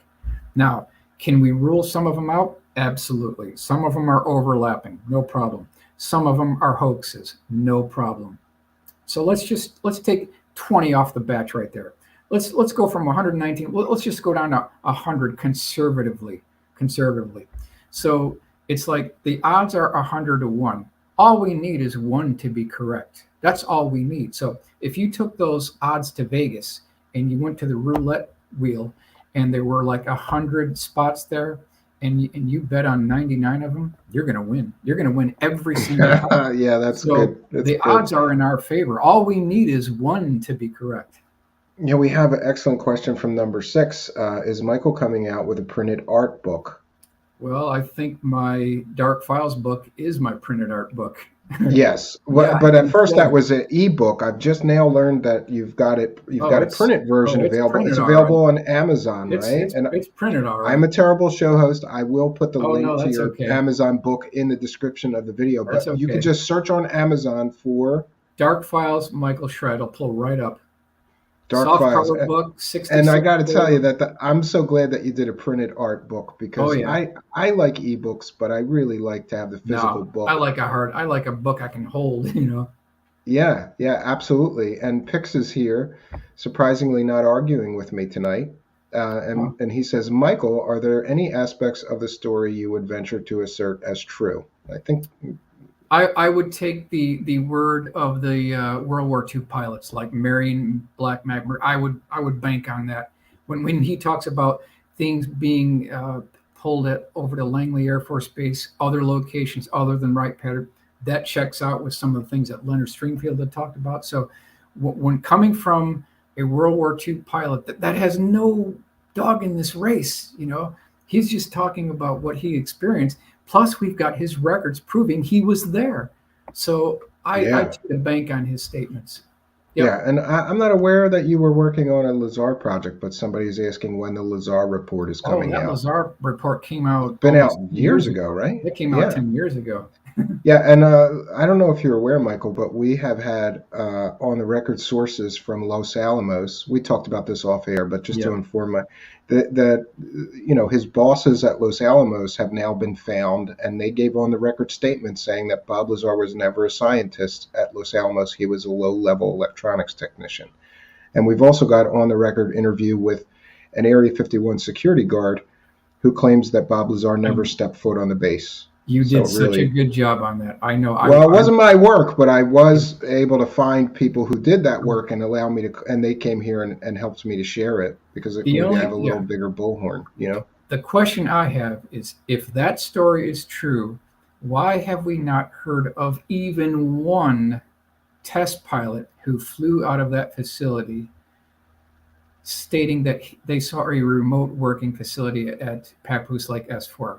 Not one test pilot has ever come forward that was stationed there and flew there prior to and afterward. We don't have the testimony of even one test pilot stating that there is an active facility built into the side of the mountain. Not one has ever come forward. Yeah, and that Area 51 security guard also said that he'd been all over the base, including Papoose Lake, and there's nothing there that Bob Lazar described. No roads, no guard shack, no hangars in the mountain, and he was right next, he drove right next to that. Yeah. And we have member Frapsap who says, with a great question, I'd like to ask Mr. Schratt about the black and white film showing supposed flight panel with identifications shaped like hands with 6 fingers and the 3 fingers description of the EBE. I think you're referring to the alien autopsy film that came out decades ago. That was just a tiny portion, but people have cut that out and re-uploaded it. So I don't believe that is credible, Frapsap. I would agree with you, Stephen. I would agree Thank with you for being a member, FrapSap, and thank you for your excellent question. And I want to remind our viewers that we're a viewer-supported show. You can now become a member, or you can join our Patreon. And either of those two things, you get all of the extra goodies. So I've now finally figured it out. And if you're a YouTube channel member, you get all the Patreon benefits as well. So thanks to our kind and generous benefactors, Michael. People all over the world are sending me money to keep doing this. And that's Good. it's a great thing. It's should. good. Yeah. And Mark Tarana with a great question who says, if this debris was indestructible, how large must the explosion have been to create it? I know. Don Schmidt had questioned that too, and his answer to that is, we don't know exactly how or why it crashed, but the lightning that may have struck it during the electrical storm exceeded the tensile strength of the material. So well, that makes sense. You know, a lot of people are very critical, saying they came all the way here from another world, but they somehow crashed when they got here. But I would argue that all machines fail, and the more complicated a machine, the more likelihood of failure. So, you know, I get that argument though, right, Michael? Like they came from, 20 light years away and then they crashed, but atmospheric flying and flying in space is two different things. You know, I can't really explain why it crashed. Most people have said that this huge lightning storm may have interfered with their propulsion system or their guidance system or whatever. Or an experimental radar system, an experimental high-power radar could have been involved, which is what allegedly took down the Kingman thing, because that was a soft landing, that was not a crash retrieval. And it really boils down to the crash retrievals. That's why I think that Leonard Stringfield got closer than any of us had ever gotten, because he interviewed the first-hand witnesses that were on the retrieval teams recovering the craft, the debris, the bodies. So we've got air traffic controllers, astronauts, cosmonauts, high-level military brass who were on these retrieval teams. Could they all be lying? Could they all really be lying? Yeah, that's a very good point. Unknown Sender has a good point. Strange no one got sick from handling biological aliens. Well, I'm sure maybe they had gloves and masks or something, right? They wouldn't have just picked right? I don't think they would just pick them up with their bare hands, and because there'd be this very least, it was fear a nauseous smell. It was a nauseous smell being next to those bodies. That's what the witnesses are reporting. Yeah. And anybody with any questions for Michael, please put them in all caps. That makes it much easier for me to know. So, but I think we're going to wrap things up here, Michael. I'm going to throw you out, but we are going to take a musical break, and then I'm going to return for some other show business that I can cut out of this later. But I certainly want to thank you for coming here and shedding some more light. And you have brought us new and interesting witnesses that no one else had, and new insight into this great mystery. Thank you, Stephen. I appreciate it. Yeah, you are welcome here anytime, my friend. So Don't be a stranger. Oh, no problem. Right. Excellent. Thank you, Michael. We'll throw you out of here. Great guest. One of my favorite researchers. He's so thorough. He's as obsessed as anyone I've ever met when it comes to this thing. And I got to admire that sort of dedication that he has. For those that don't know, Michael travels all over the country. Like, for example, if a UFO researcher dies and they have a lot of papers and research materials and things they've collected over the years, Michael goes there and tries to preserve it all. And that's an amazing thing. He really cares about the history. I've heard these rumors that he's got, he told me himself, I think he has 2 storage spaces full of UFO material that he has collected over the years. Very, very interesting stuff. So here's what we're going to do, friends. We're going to take a short musical break, and when I return, I'm going to read any remaining super chats. I think we've read what we had, but if there's any new ones, get them in now. We will be reading those when I return. And just a few different announcements, and I guess sort of show-related business, you could say. So we'll be right back.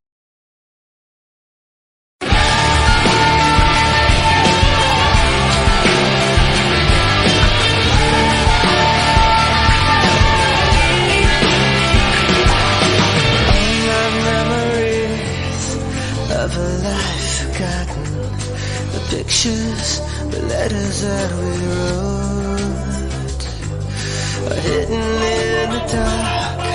The locked away forever, buried in a shoebox labeled burn. Let it burn, burn away the memories. Let it burn, burn away your pain. Let it burn,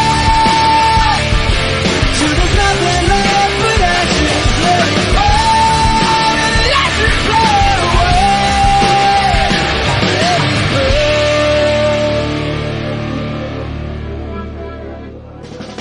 Some nights when it rains, I dig out old pictures and dance with memories hour now with age. I wish I could let go and just walk out of this prison, the shrine that I have built around my pain. Let it burn,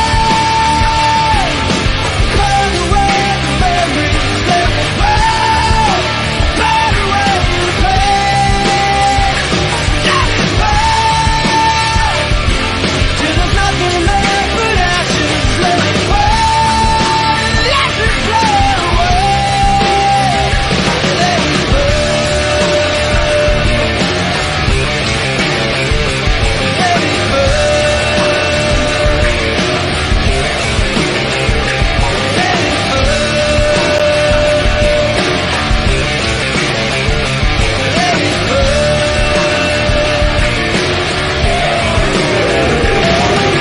I cannot be free till nothing's left but ashes of a shoebox little burn.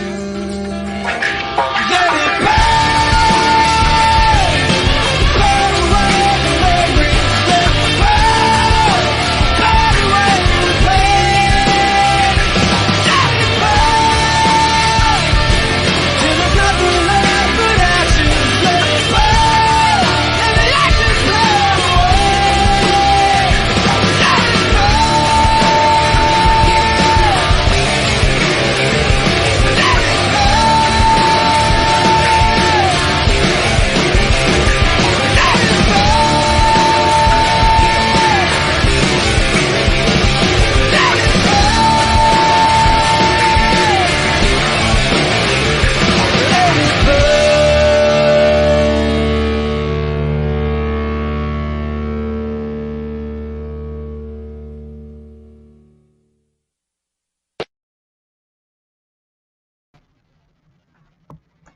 And we are back. So, just a little bit of sort of announcements and show business, I suppose. Recently, in the past week or so, there's been all this extra drama that I really don't need. And granted, I created a lot of it. But part of the problem, I suppose, is that, I thought a lot about it, and it seems like most of this extra drama comes from my guest appearing elsewhere. And honestly, I don't have time. I don't have time for all this extra drama. I have really sort of doubled down, and there's a lot of different projects for the show that I am undertaking. By the way, this is our first broadcast from our new streaming location in my home, which I'm extremely excited about. I would pan around and show you, but I'm still cleaning this entire room out. We've got this huge room here, and we are going to have a green screen streaming and filming permanent setup off to my left here. Off to my right, we're going to have an additional set that I can stand on and do presentations. It's just world's better setup. And I'm not in a tiny little attic room that is unbearably hot. And, I used to, last year, I would take breaks and blast the air conditioner for 5 minutes or 10 minutes just to get through the 2-hour show. It's just not the right room for that. So we've cleaned out this huge room in my house, which will become the new studio. I'm going to maintain the other room. And also a good thing is that I didn't move anything from my original studio and setup to here. We're setting up all new equipment and new things so that I'll have both rooms to work from. After summer's over, I could return there and be very comfortable. But until then, but back to the drama-rama, I'm going to try to speak in general terms, but here's what I will say. Several people have really disappointed me. And it's maybe this is a cautionary tale, and that is, I don't know. For some reason, I have sort of made friends or been friendly with other show hosts, but some of those other show hosts have really kind of just surprised me with their support of certain people who huckster garbage into the community. And I get the argument that some people make mistakes and they deserve a second chance. But when you're on chance 300, and I can prove, people say, oh, certain people haven't done any hoaxing in the past 5 years, and I can show you one from February that is an absolute positively, it's a manufactured hoax, a manipulated situation to sell fake UFO garbage. I'm just not going to support those show hosts or those people. And additionally, I'm not going to go on other shows either at all anymore or as much, because that's what causes the drama. And some of it is, I mean, I don't want to read too much into it, but essentially a lot of things has been, yeah, somebody's already fact checking me. Can you prove that they hoax things 300 times? Well, I can prove that they hoax things 25 times, and that's too much for me. So, but the situation is really that I'm disappointed in other people. And I also, like I said, I don't want to read too much into things, but it would appear to me that some people have their own agenda and they want me to be a guest so that I can come on their show and get in an argument so they can get views. I don't want to do it anymore. I don't want to take part in that. I don't want to feel like I'm manipulated into helping other people create drama or, it's unfortunate because this is a lonely, situation.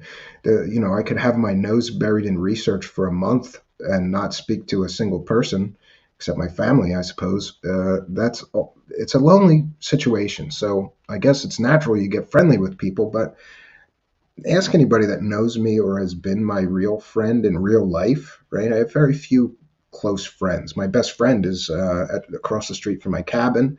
And I'm happy with that. I don't really need other friends because I find that most people let you down. That's probably why I've always been more comfortable with books or machines. I don't deal well with people.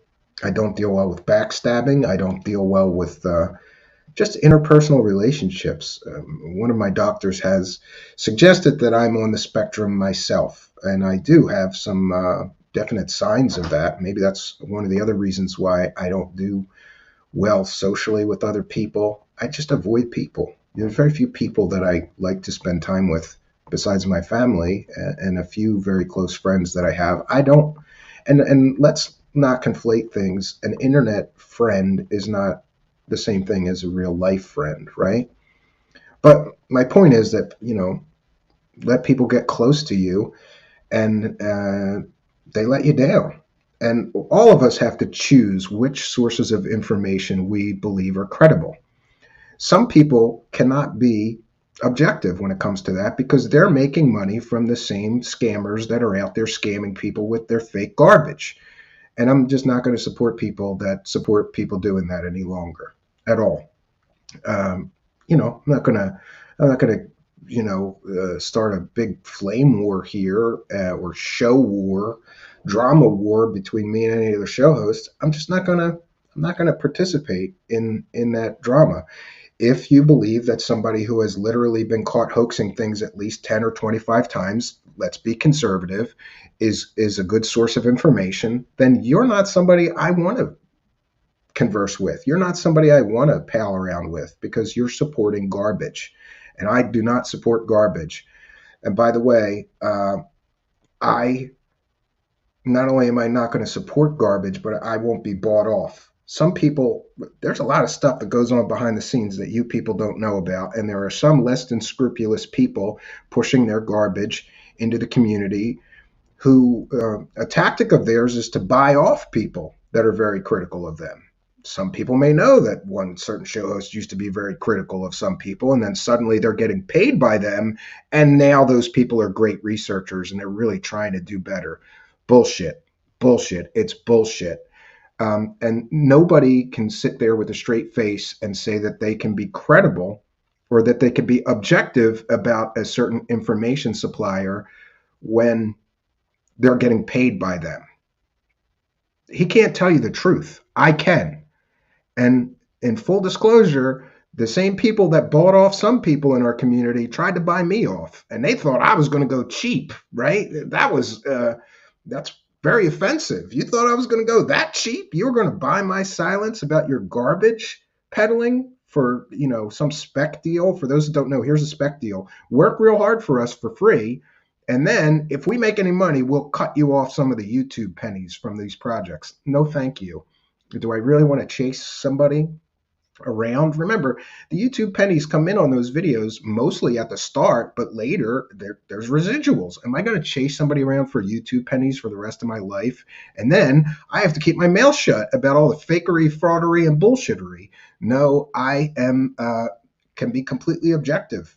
And when I tell you something about a certain information source, I don't have a motive. I don't have a financial. I'm not getting paid to say those people are okay. I'm not getting paid from anyone other than you viewers and the Patreon supporters or whatever. I don't have a horse in anybody's race but my own. So some people just can't be trusted because they're paid off. They're getting money. They're not going to say these people are slime balls. And no matter how much evidence, look, I thought about I could show all this evidence that these people are slime balls, and here's all the slimy stuff they've done for the past couple of years or whatever. It's not going to change the opinion of somebody who's getting paid by those people to say that they're good people or to say, they're changed. We just look at the last video before tonight that we debuted earlier. Somebody talking about the side of their mouth saying, they don't pay me. Oh, here's how they pay me. In the same sentence is not somebody you could trust about that information source. First of all, they're paying him.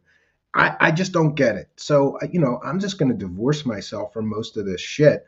And I'm going to triple down on working really hard, getting great guests, doing great work here. And if people want to support garbage peddlers, I don't need to support them. And that's unfortunate, but this is just the way the world works. I have no time. Somebody said people made all kinds of suggestions about all that drama. Somebody said that I was drunk when I said certain things about a certain garbage peddler channel. I had 3 beers on that show. For those that don't know, I'm Irish. I had 3 beers total. I started beers when that show started. And then I had 3 beers and then I bounced out. I didn't say anything on that show that I wouldn't say completely sober on my own show. Maybe I didn't say it kindly enough. Whatever. That's another thing. Why do you have to be so mean, Stephen? I have no energy to be nice to people who are scamming people, manipulating videos and situations to sell garbage information to people. I don't have to be nice to them. I refuse to be nice to people doing that. I have there's no reason for me to waste energy. If you are hoaxing things, if you are selling hoaxes, if you are selling documentaries full of fairy tales, and I can prove there's fairy tales in some of that garbage, I don't have to be nice to you. You're a garbage peddler, right? Yeah. Okay, so we'll take some comments and questions from the live chat, and then I'm going to bounce on out of here. Now, of course, I'm going to cut this section from our Roswell project.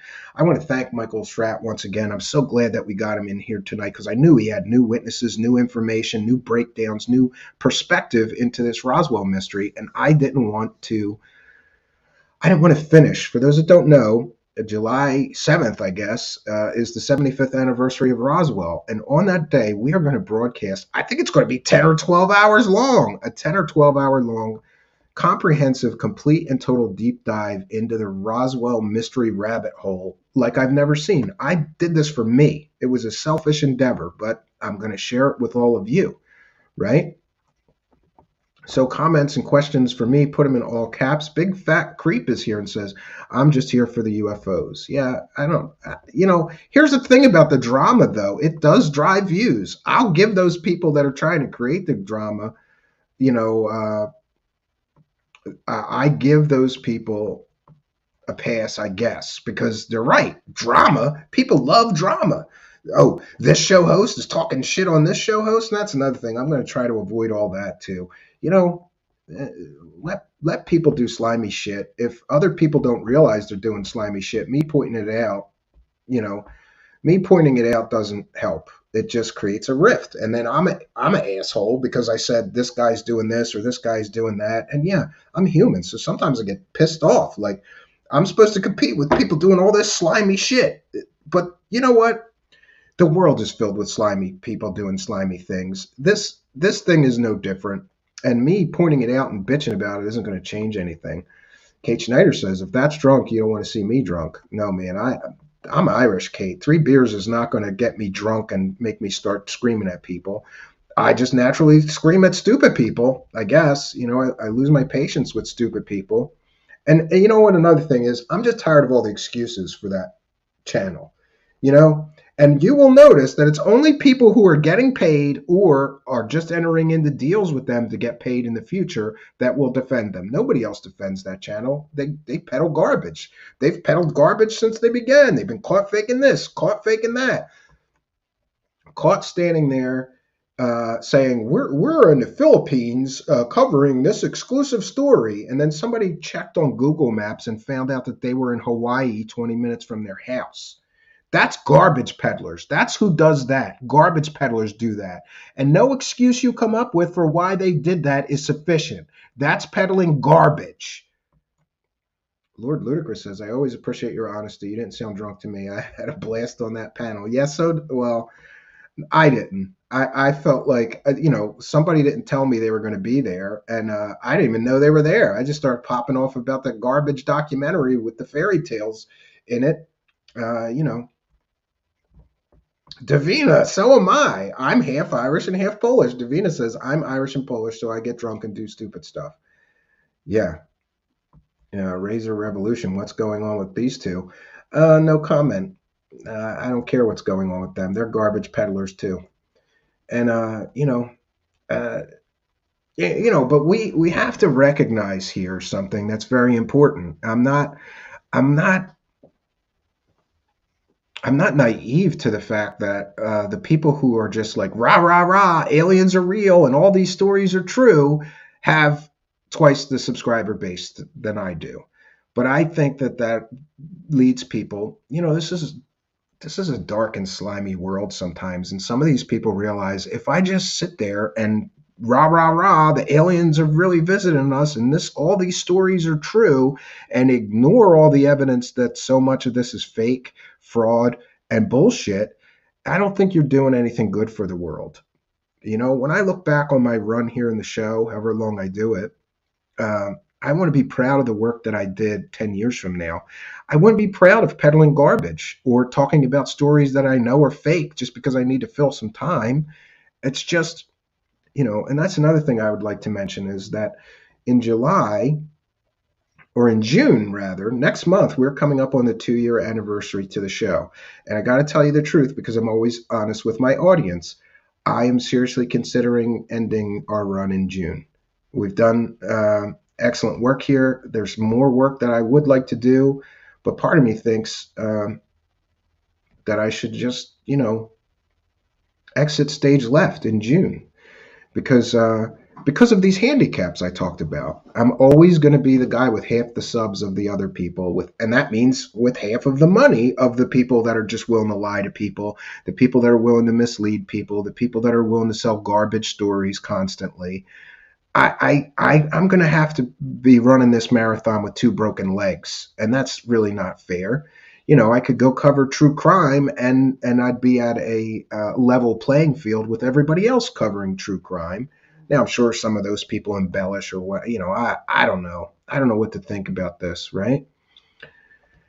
Killboy 2100 saying, you being bought out. I don't think there's enough money to buy me out. People have attempted to buy my silence about their fraudery, fakery, and bullshittery, and in each case, I declined that offer. And for those unaware, there's a lot of that slimy stuff going on where somebody that's a faker, frauder, and hoaxer, if they get a big critic, they will get them aside and say, oh, we all got to work together, and this is counterproductive, and how about you come and be in our new documentary, or come and work with us and we'll pay you.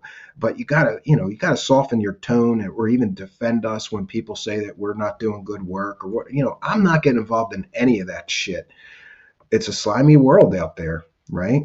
Lord Ludicrous says there has to be an opposing voice, and I've been that voice for 2 years. Maybe it's somebody else's turn to step up and do that. Killboy says everybody has a price. Yeah, even me. Razor Revolution, your opinion is important. Yeah, and I will say this: it's a big club, and I ain't in it. And but here's the thing: this is why I'm not going to be on any other shows anymore, because it seems like there's new clubs forming. Right? Maybe it's not the original OG UFO huckster club that I keep saying it's a big club and I'm not in it. Now there's these new clubs forming, right? And cliques. I've never liked those clique things, like, no, I'm going to hang out with these people and not these people or whatever, right? Yeah, Shady has a very good point. Stephen, try to tell us more of your thoughts on the phenomenon rather than what others are doing. Catching hoaxes is not very interesting. People can judge for themselves. Yeah, you may be right. But then again, I do get emails all the time of people thanking me because they, like me, were once true believers. But once you dig a little deeper, start peeling back the layers of deception, and you see all the scummy side of this, you feel differently, And I think it is a public service, right? Yeah. Killboy says, I like the show. Only thing is bitching about scam on other people. Let them hang themselves, right? Operation Shutdown hopes I stick around for a long time. I'm gonna spend a good deal of time thinking about my decision, but you got to remember that we all must realize that we are not infinite, right? I only have so many years, right? And I've spent 2 years of my life really focused on this. So I have to decide if I want to spend another year doing it, and or 2 or 5. I have to decide, or if I'm going to say I did what I could, I'm proud of my work, and I'm going to exit stage left. The other thing is always leave them wanting more, right? I don't think it's a good idea to wear out your welcome. There's people doing 5 and 6 shows a week. I'm not that guy, right? Mike Rotunda is here and says, Stephen, the community is done. I know how you feel. It stinks. The people in this community don't want the truth. They don't care that they are being used. Yeah, and that makes me sad, and I think about that sometime. I think that some people just want to be entertained with, pretty lies and fairy tales, and I'm not willing to go that route, so we have a natural disadvantage here, right? Davina says, worrying about drama and altering what you want to express is what drama people want. I suppose. And Davina says, you do have to be careful who you associate yourself with, because when they go down, you're guilty by association too. Well, not according to some people. I heard from another show host, I asked him, hey, you had Jimmy Needs Church on. Why don't you ask him about all the scummy shit he does or has been involved in, or all this total scammers that he has pushed and pumped up and promoted and pushed into the community as a good information source, when it turns out they were complete and total frauds. Oh, I don't believe in guilt by association. So, I think birds of a feather. If you are actively promoting scammers constantly, what does that make you, right? Jay Roach is here. Do you believe that we have been visited by ETs and we have back engineered UFOs? Well, we heard from Roswell tonight, and of all the cases, I am a strong believer that if one is likely aliens, it's Roswell. I disagree with some of the skeptics, including Cal Korff. He is very adamant. It was just a weather balloon. There's nothing to it. I disagree. Based on all of the witness testimony of people that saw bodies and aliens, I don't think you can explain that away. There's too many people have seen the bodies. Too many sons and daughters of people who have seen those bodies have been told about it. It's just not. It's not credible. It's not believable to me that all of these people would just make up stories about bodies. Yes, Stephen, some just seem to want the fantasy island treatment. Yeah, and Mark, the other thing is that I never set out to be a debunker channel. It just kind of organically went that way because so much of the stuff is fantasy island fairy tales being pushed by stupid hucksters who just want to make money. And they don't care if the story is true. They manufacture evidence. They manipulate everything. One of the things that I really don't like, especially when people post UFO videos, like this is a video of a UFO, they all do the same thing. And that is they put a thumbnail of a really clear, beautiful image of what looks like a UFO. And then you see the footage that they post, and it's a light in the sky or all grainy and shit, and it's nothing like the thumbnails. This is manipulation. This is, look at how cool this UFO looks. Click on the video and watch it, and then you watch the video and find out that the thumbnail was just manufactured garbage to make you click on it. I mean, this is one of those things, right? Oh, God damn it, Windows 10. Windows 10, for those that don't know, has been telling me to reboot and install updates since this interview began. That's the fourth notice I got. I snoozed it each time. We're going back to Linux for production very, very soon here. Al Warrior is here and says, Stephen, great work, man. You go balls to the wall. Stick to your guns. Yeah, and that's another thing. One of the reasons I'm considering exiting stage left is because I don't want it to get to the point where I do just turn my credibility in to get the clicks, to get the views. I just have seen people that a year ago would have blasted that channel along with me, totally defending them. And then I come to find out that show host entered into a business relationship with the scammer channel, with the hoaxer channel. So, some people will go, as long as I get some money, I'll defend these people. I don't want it to reach that point. And, I will say in some people's defense is I have other sources of income. This is only one of my, I've always been really big on this. The best financial advice I could give people is have multiple revenue streams. Don't put all your eggs in one basket like a full-time job. I mean, some people have to, but I've always found that having multiple revenue streams gives you freedom and flexibility.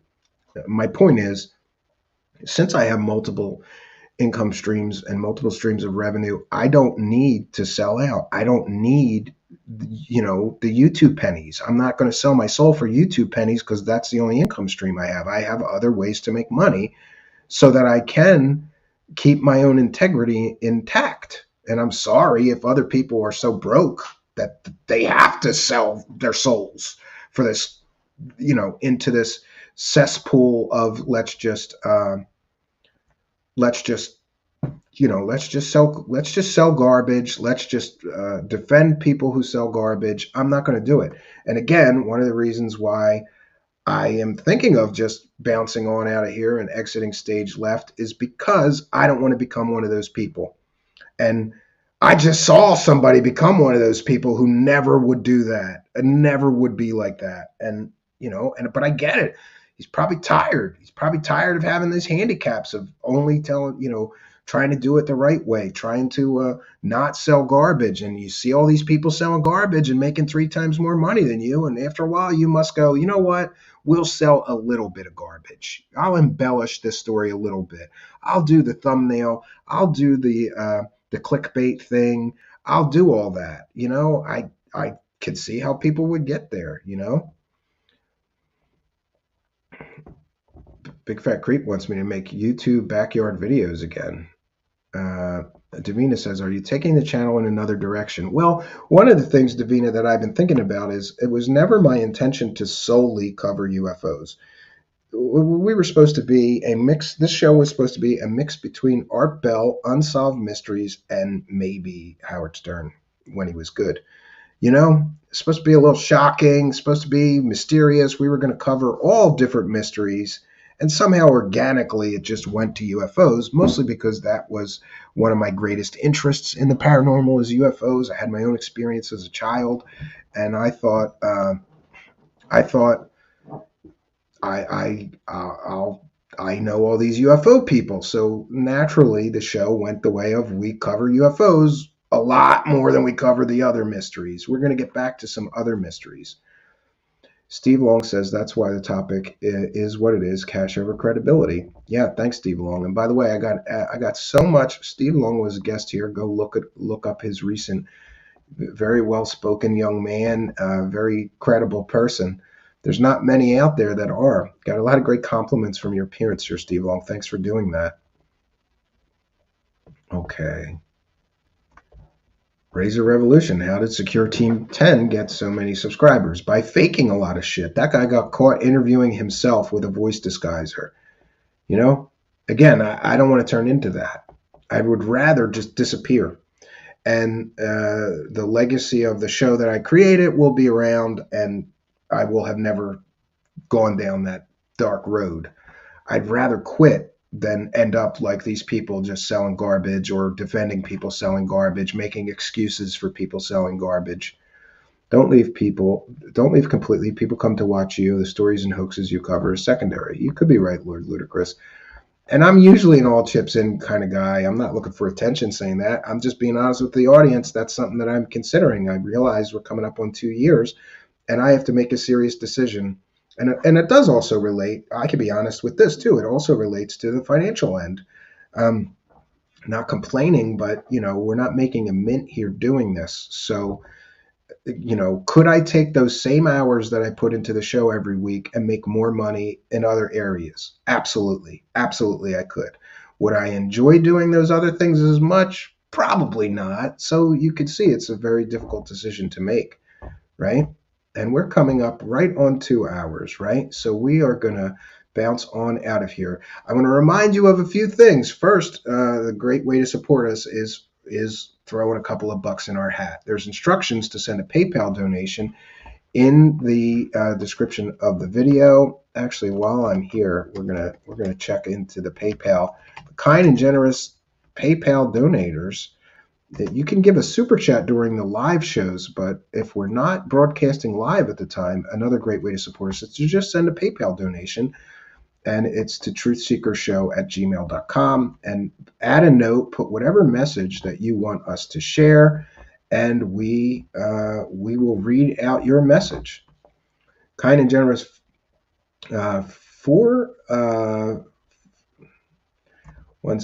404 kind and generous donation from Joinery John, who says, great show. Thanks from Joinery John. We have Rochelle with a kind and generous $5 PayPal donation, says, great show last night. Love how you featured DJ. He rocks, and so do you. And it's from Shell Shock. We have Dennis with a kind and generous $20 PayPal donation, says, hey, Stephen, you should get Dark Journalist, Alien Scientists, Goof on All in One XXL episode. Take this $20 for beers and $1 for Lou Elizondo's book, because that's about all it's going to be worth. Trash retrieval and lying saucers. Yes, and Dorothy with a kind and generous $1.50 says, don't know why, but super chats. And Richard with a kind and generous $20 PayPal donation. Thank you for entertaining me with your work. Great. So we're all caught up. And I want to remind people you can also become a Patreon member where you get a backstage pass and I upload extra content. You just get a couple extra goodies. That's $1 a month. And our new thing is YouTube memberships. For $5 a month, you get a YouTube member badge. You get priority in the live chat and with messages.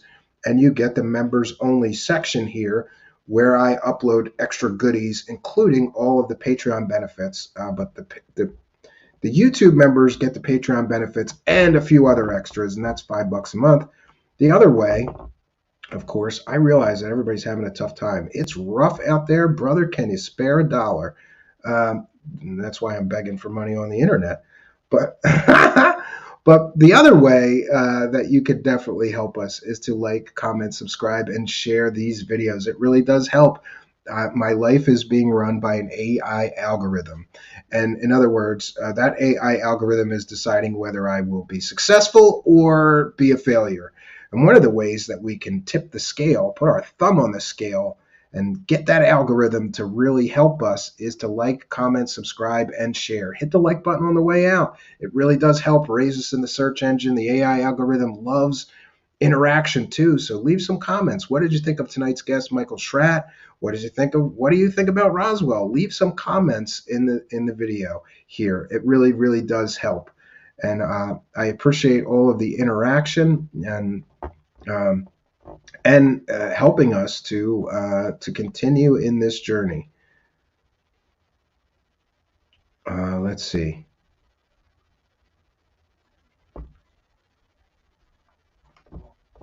One second here. Yeah, and the Sixth Sense is reminding everybody that Truth Seekers has a Patreon with bonus content, and you get the same bonus content and more with a YouTube membership. There's a join button here, and that's how you join and become a member here. Yeah, Killboy. Did I miss? I'm making sure I did not miss. One second. Let me check just to make sure.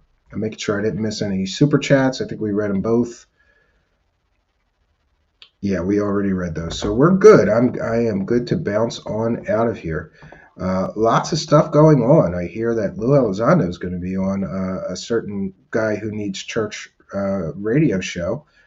Yeah, Lord Ludicrous, great show tonight. Thank you. Kate Schneider is here. Mrs. Dark Journalist. Tell him I said hello. And I'm still looking for my interview, Kate Schneider. He always tells me he's too busy. So someday I'm going to show up at your house, Kate Schneider, with a microphone and a camera and be like, nope, you're giving me the interview right now, dude. I don't care what you're doing, right? I don't think he would appreciate me ambushing him at his house, right? And by the way, I'm only kidding, Kate Schneider. I wouldn't do that. Maybe I would. I don't know. Lord Ludicrous says it was only Sean Cahill. Lou must have bailed. Good. Lou not on Fade to Black. Yeah, because isn't that weird? He goes, all right, I'm done. I'm not going to be on any other shows. And then he books himself the very next week, right? Anthony Peterson with a kind and generous $5 super chat says, hope you stay on. The field needs your voice. Well, I appreciate your kindness, your generosity, and your support. And I'm leaning towards continuing, but I have to convince myself. I have to convince myself to continue. And, I was joking, but I think one of the things that we might do is we're going to close out what I will call season 1 of Truth Seekers in June, and then I'll take a few weeks off and we'll do a fundraiser for season 2, and I'll do a grubathon, and I'll have like televangelists asking for money, and I'll have other people come here and beg everybody for money. Maybe we'll do like a Truth Seekers Got Talent, and people can come here like the Gong Show, right? But thank you, all you kind of generous benefactors, for helping us to praise the cash. It really, really does help. Thank you, all of you kind of generous benefactors. Thank him for helping us praise the cash, Trixie. This is Trixie from Truth Seekers, thanking you for your generosity. I'm gonna praise the cash so hard, I'm gonna teleport myself on board a sexy tic-tac UFO. Thank you for your generosity. Also, I should mention that you guys like this UFOs Got Talent that my friend William Corundrum, I think I'm saying that right, has been doing.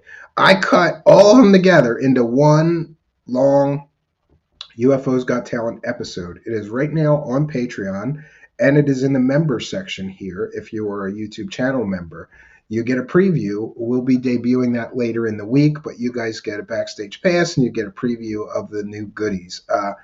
He's doing a new version of it with different people, but I'm hopeful that I'm still going to be in it. I think I am. Kate Schneider says, Dark Journalist hasn't done an interview in over 2 years. He's not avoiding you. I don't believe you. I promise. Okay, I'll take your word for it. I know. You know what, Kate?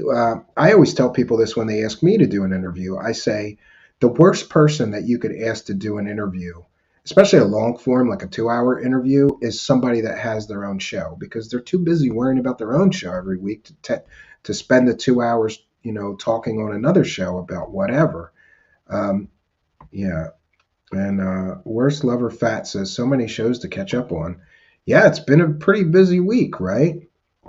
Yeah, Davina says, let's get a guy for us women. I'm working on that. I'm going to have one done soon, I promise. I know the ladies have been saying, hey, where's the buff dude with his shirt off for us? I'm going to make it happen. I will make it happen, right? Operation Showdown. Hope you have Trixie help with the fundraiser. Yes, I will. I absolutely will. I absolutely will do that. And the news isn't all bad, though. Like I said, we were moved into this new streaming studio here, which is huge. It's 4 times the size, 4 or 5 times the size in here of my previous streaming studio, which was a tiny little office. So it gives us more possibilities, and it gives us more digital power to work with. We're going to have multiple sets in here. Then maybe one night I'll use that set over there, and the other night I'll use the set on this side. 3 sets, all set up permanently. And we have the old set. So as soon as summer is over and I'm able to stand it in there, I can use that as well. We're giving ourselves lots of new capabilities, all, by the way, provided by you kind and generous benefactors.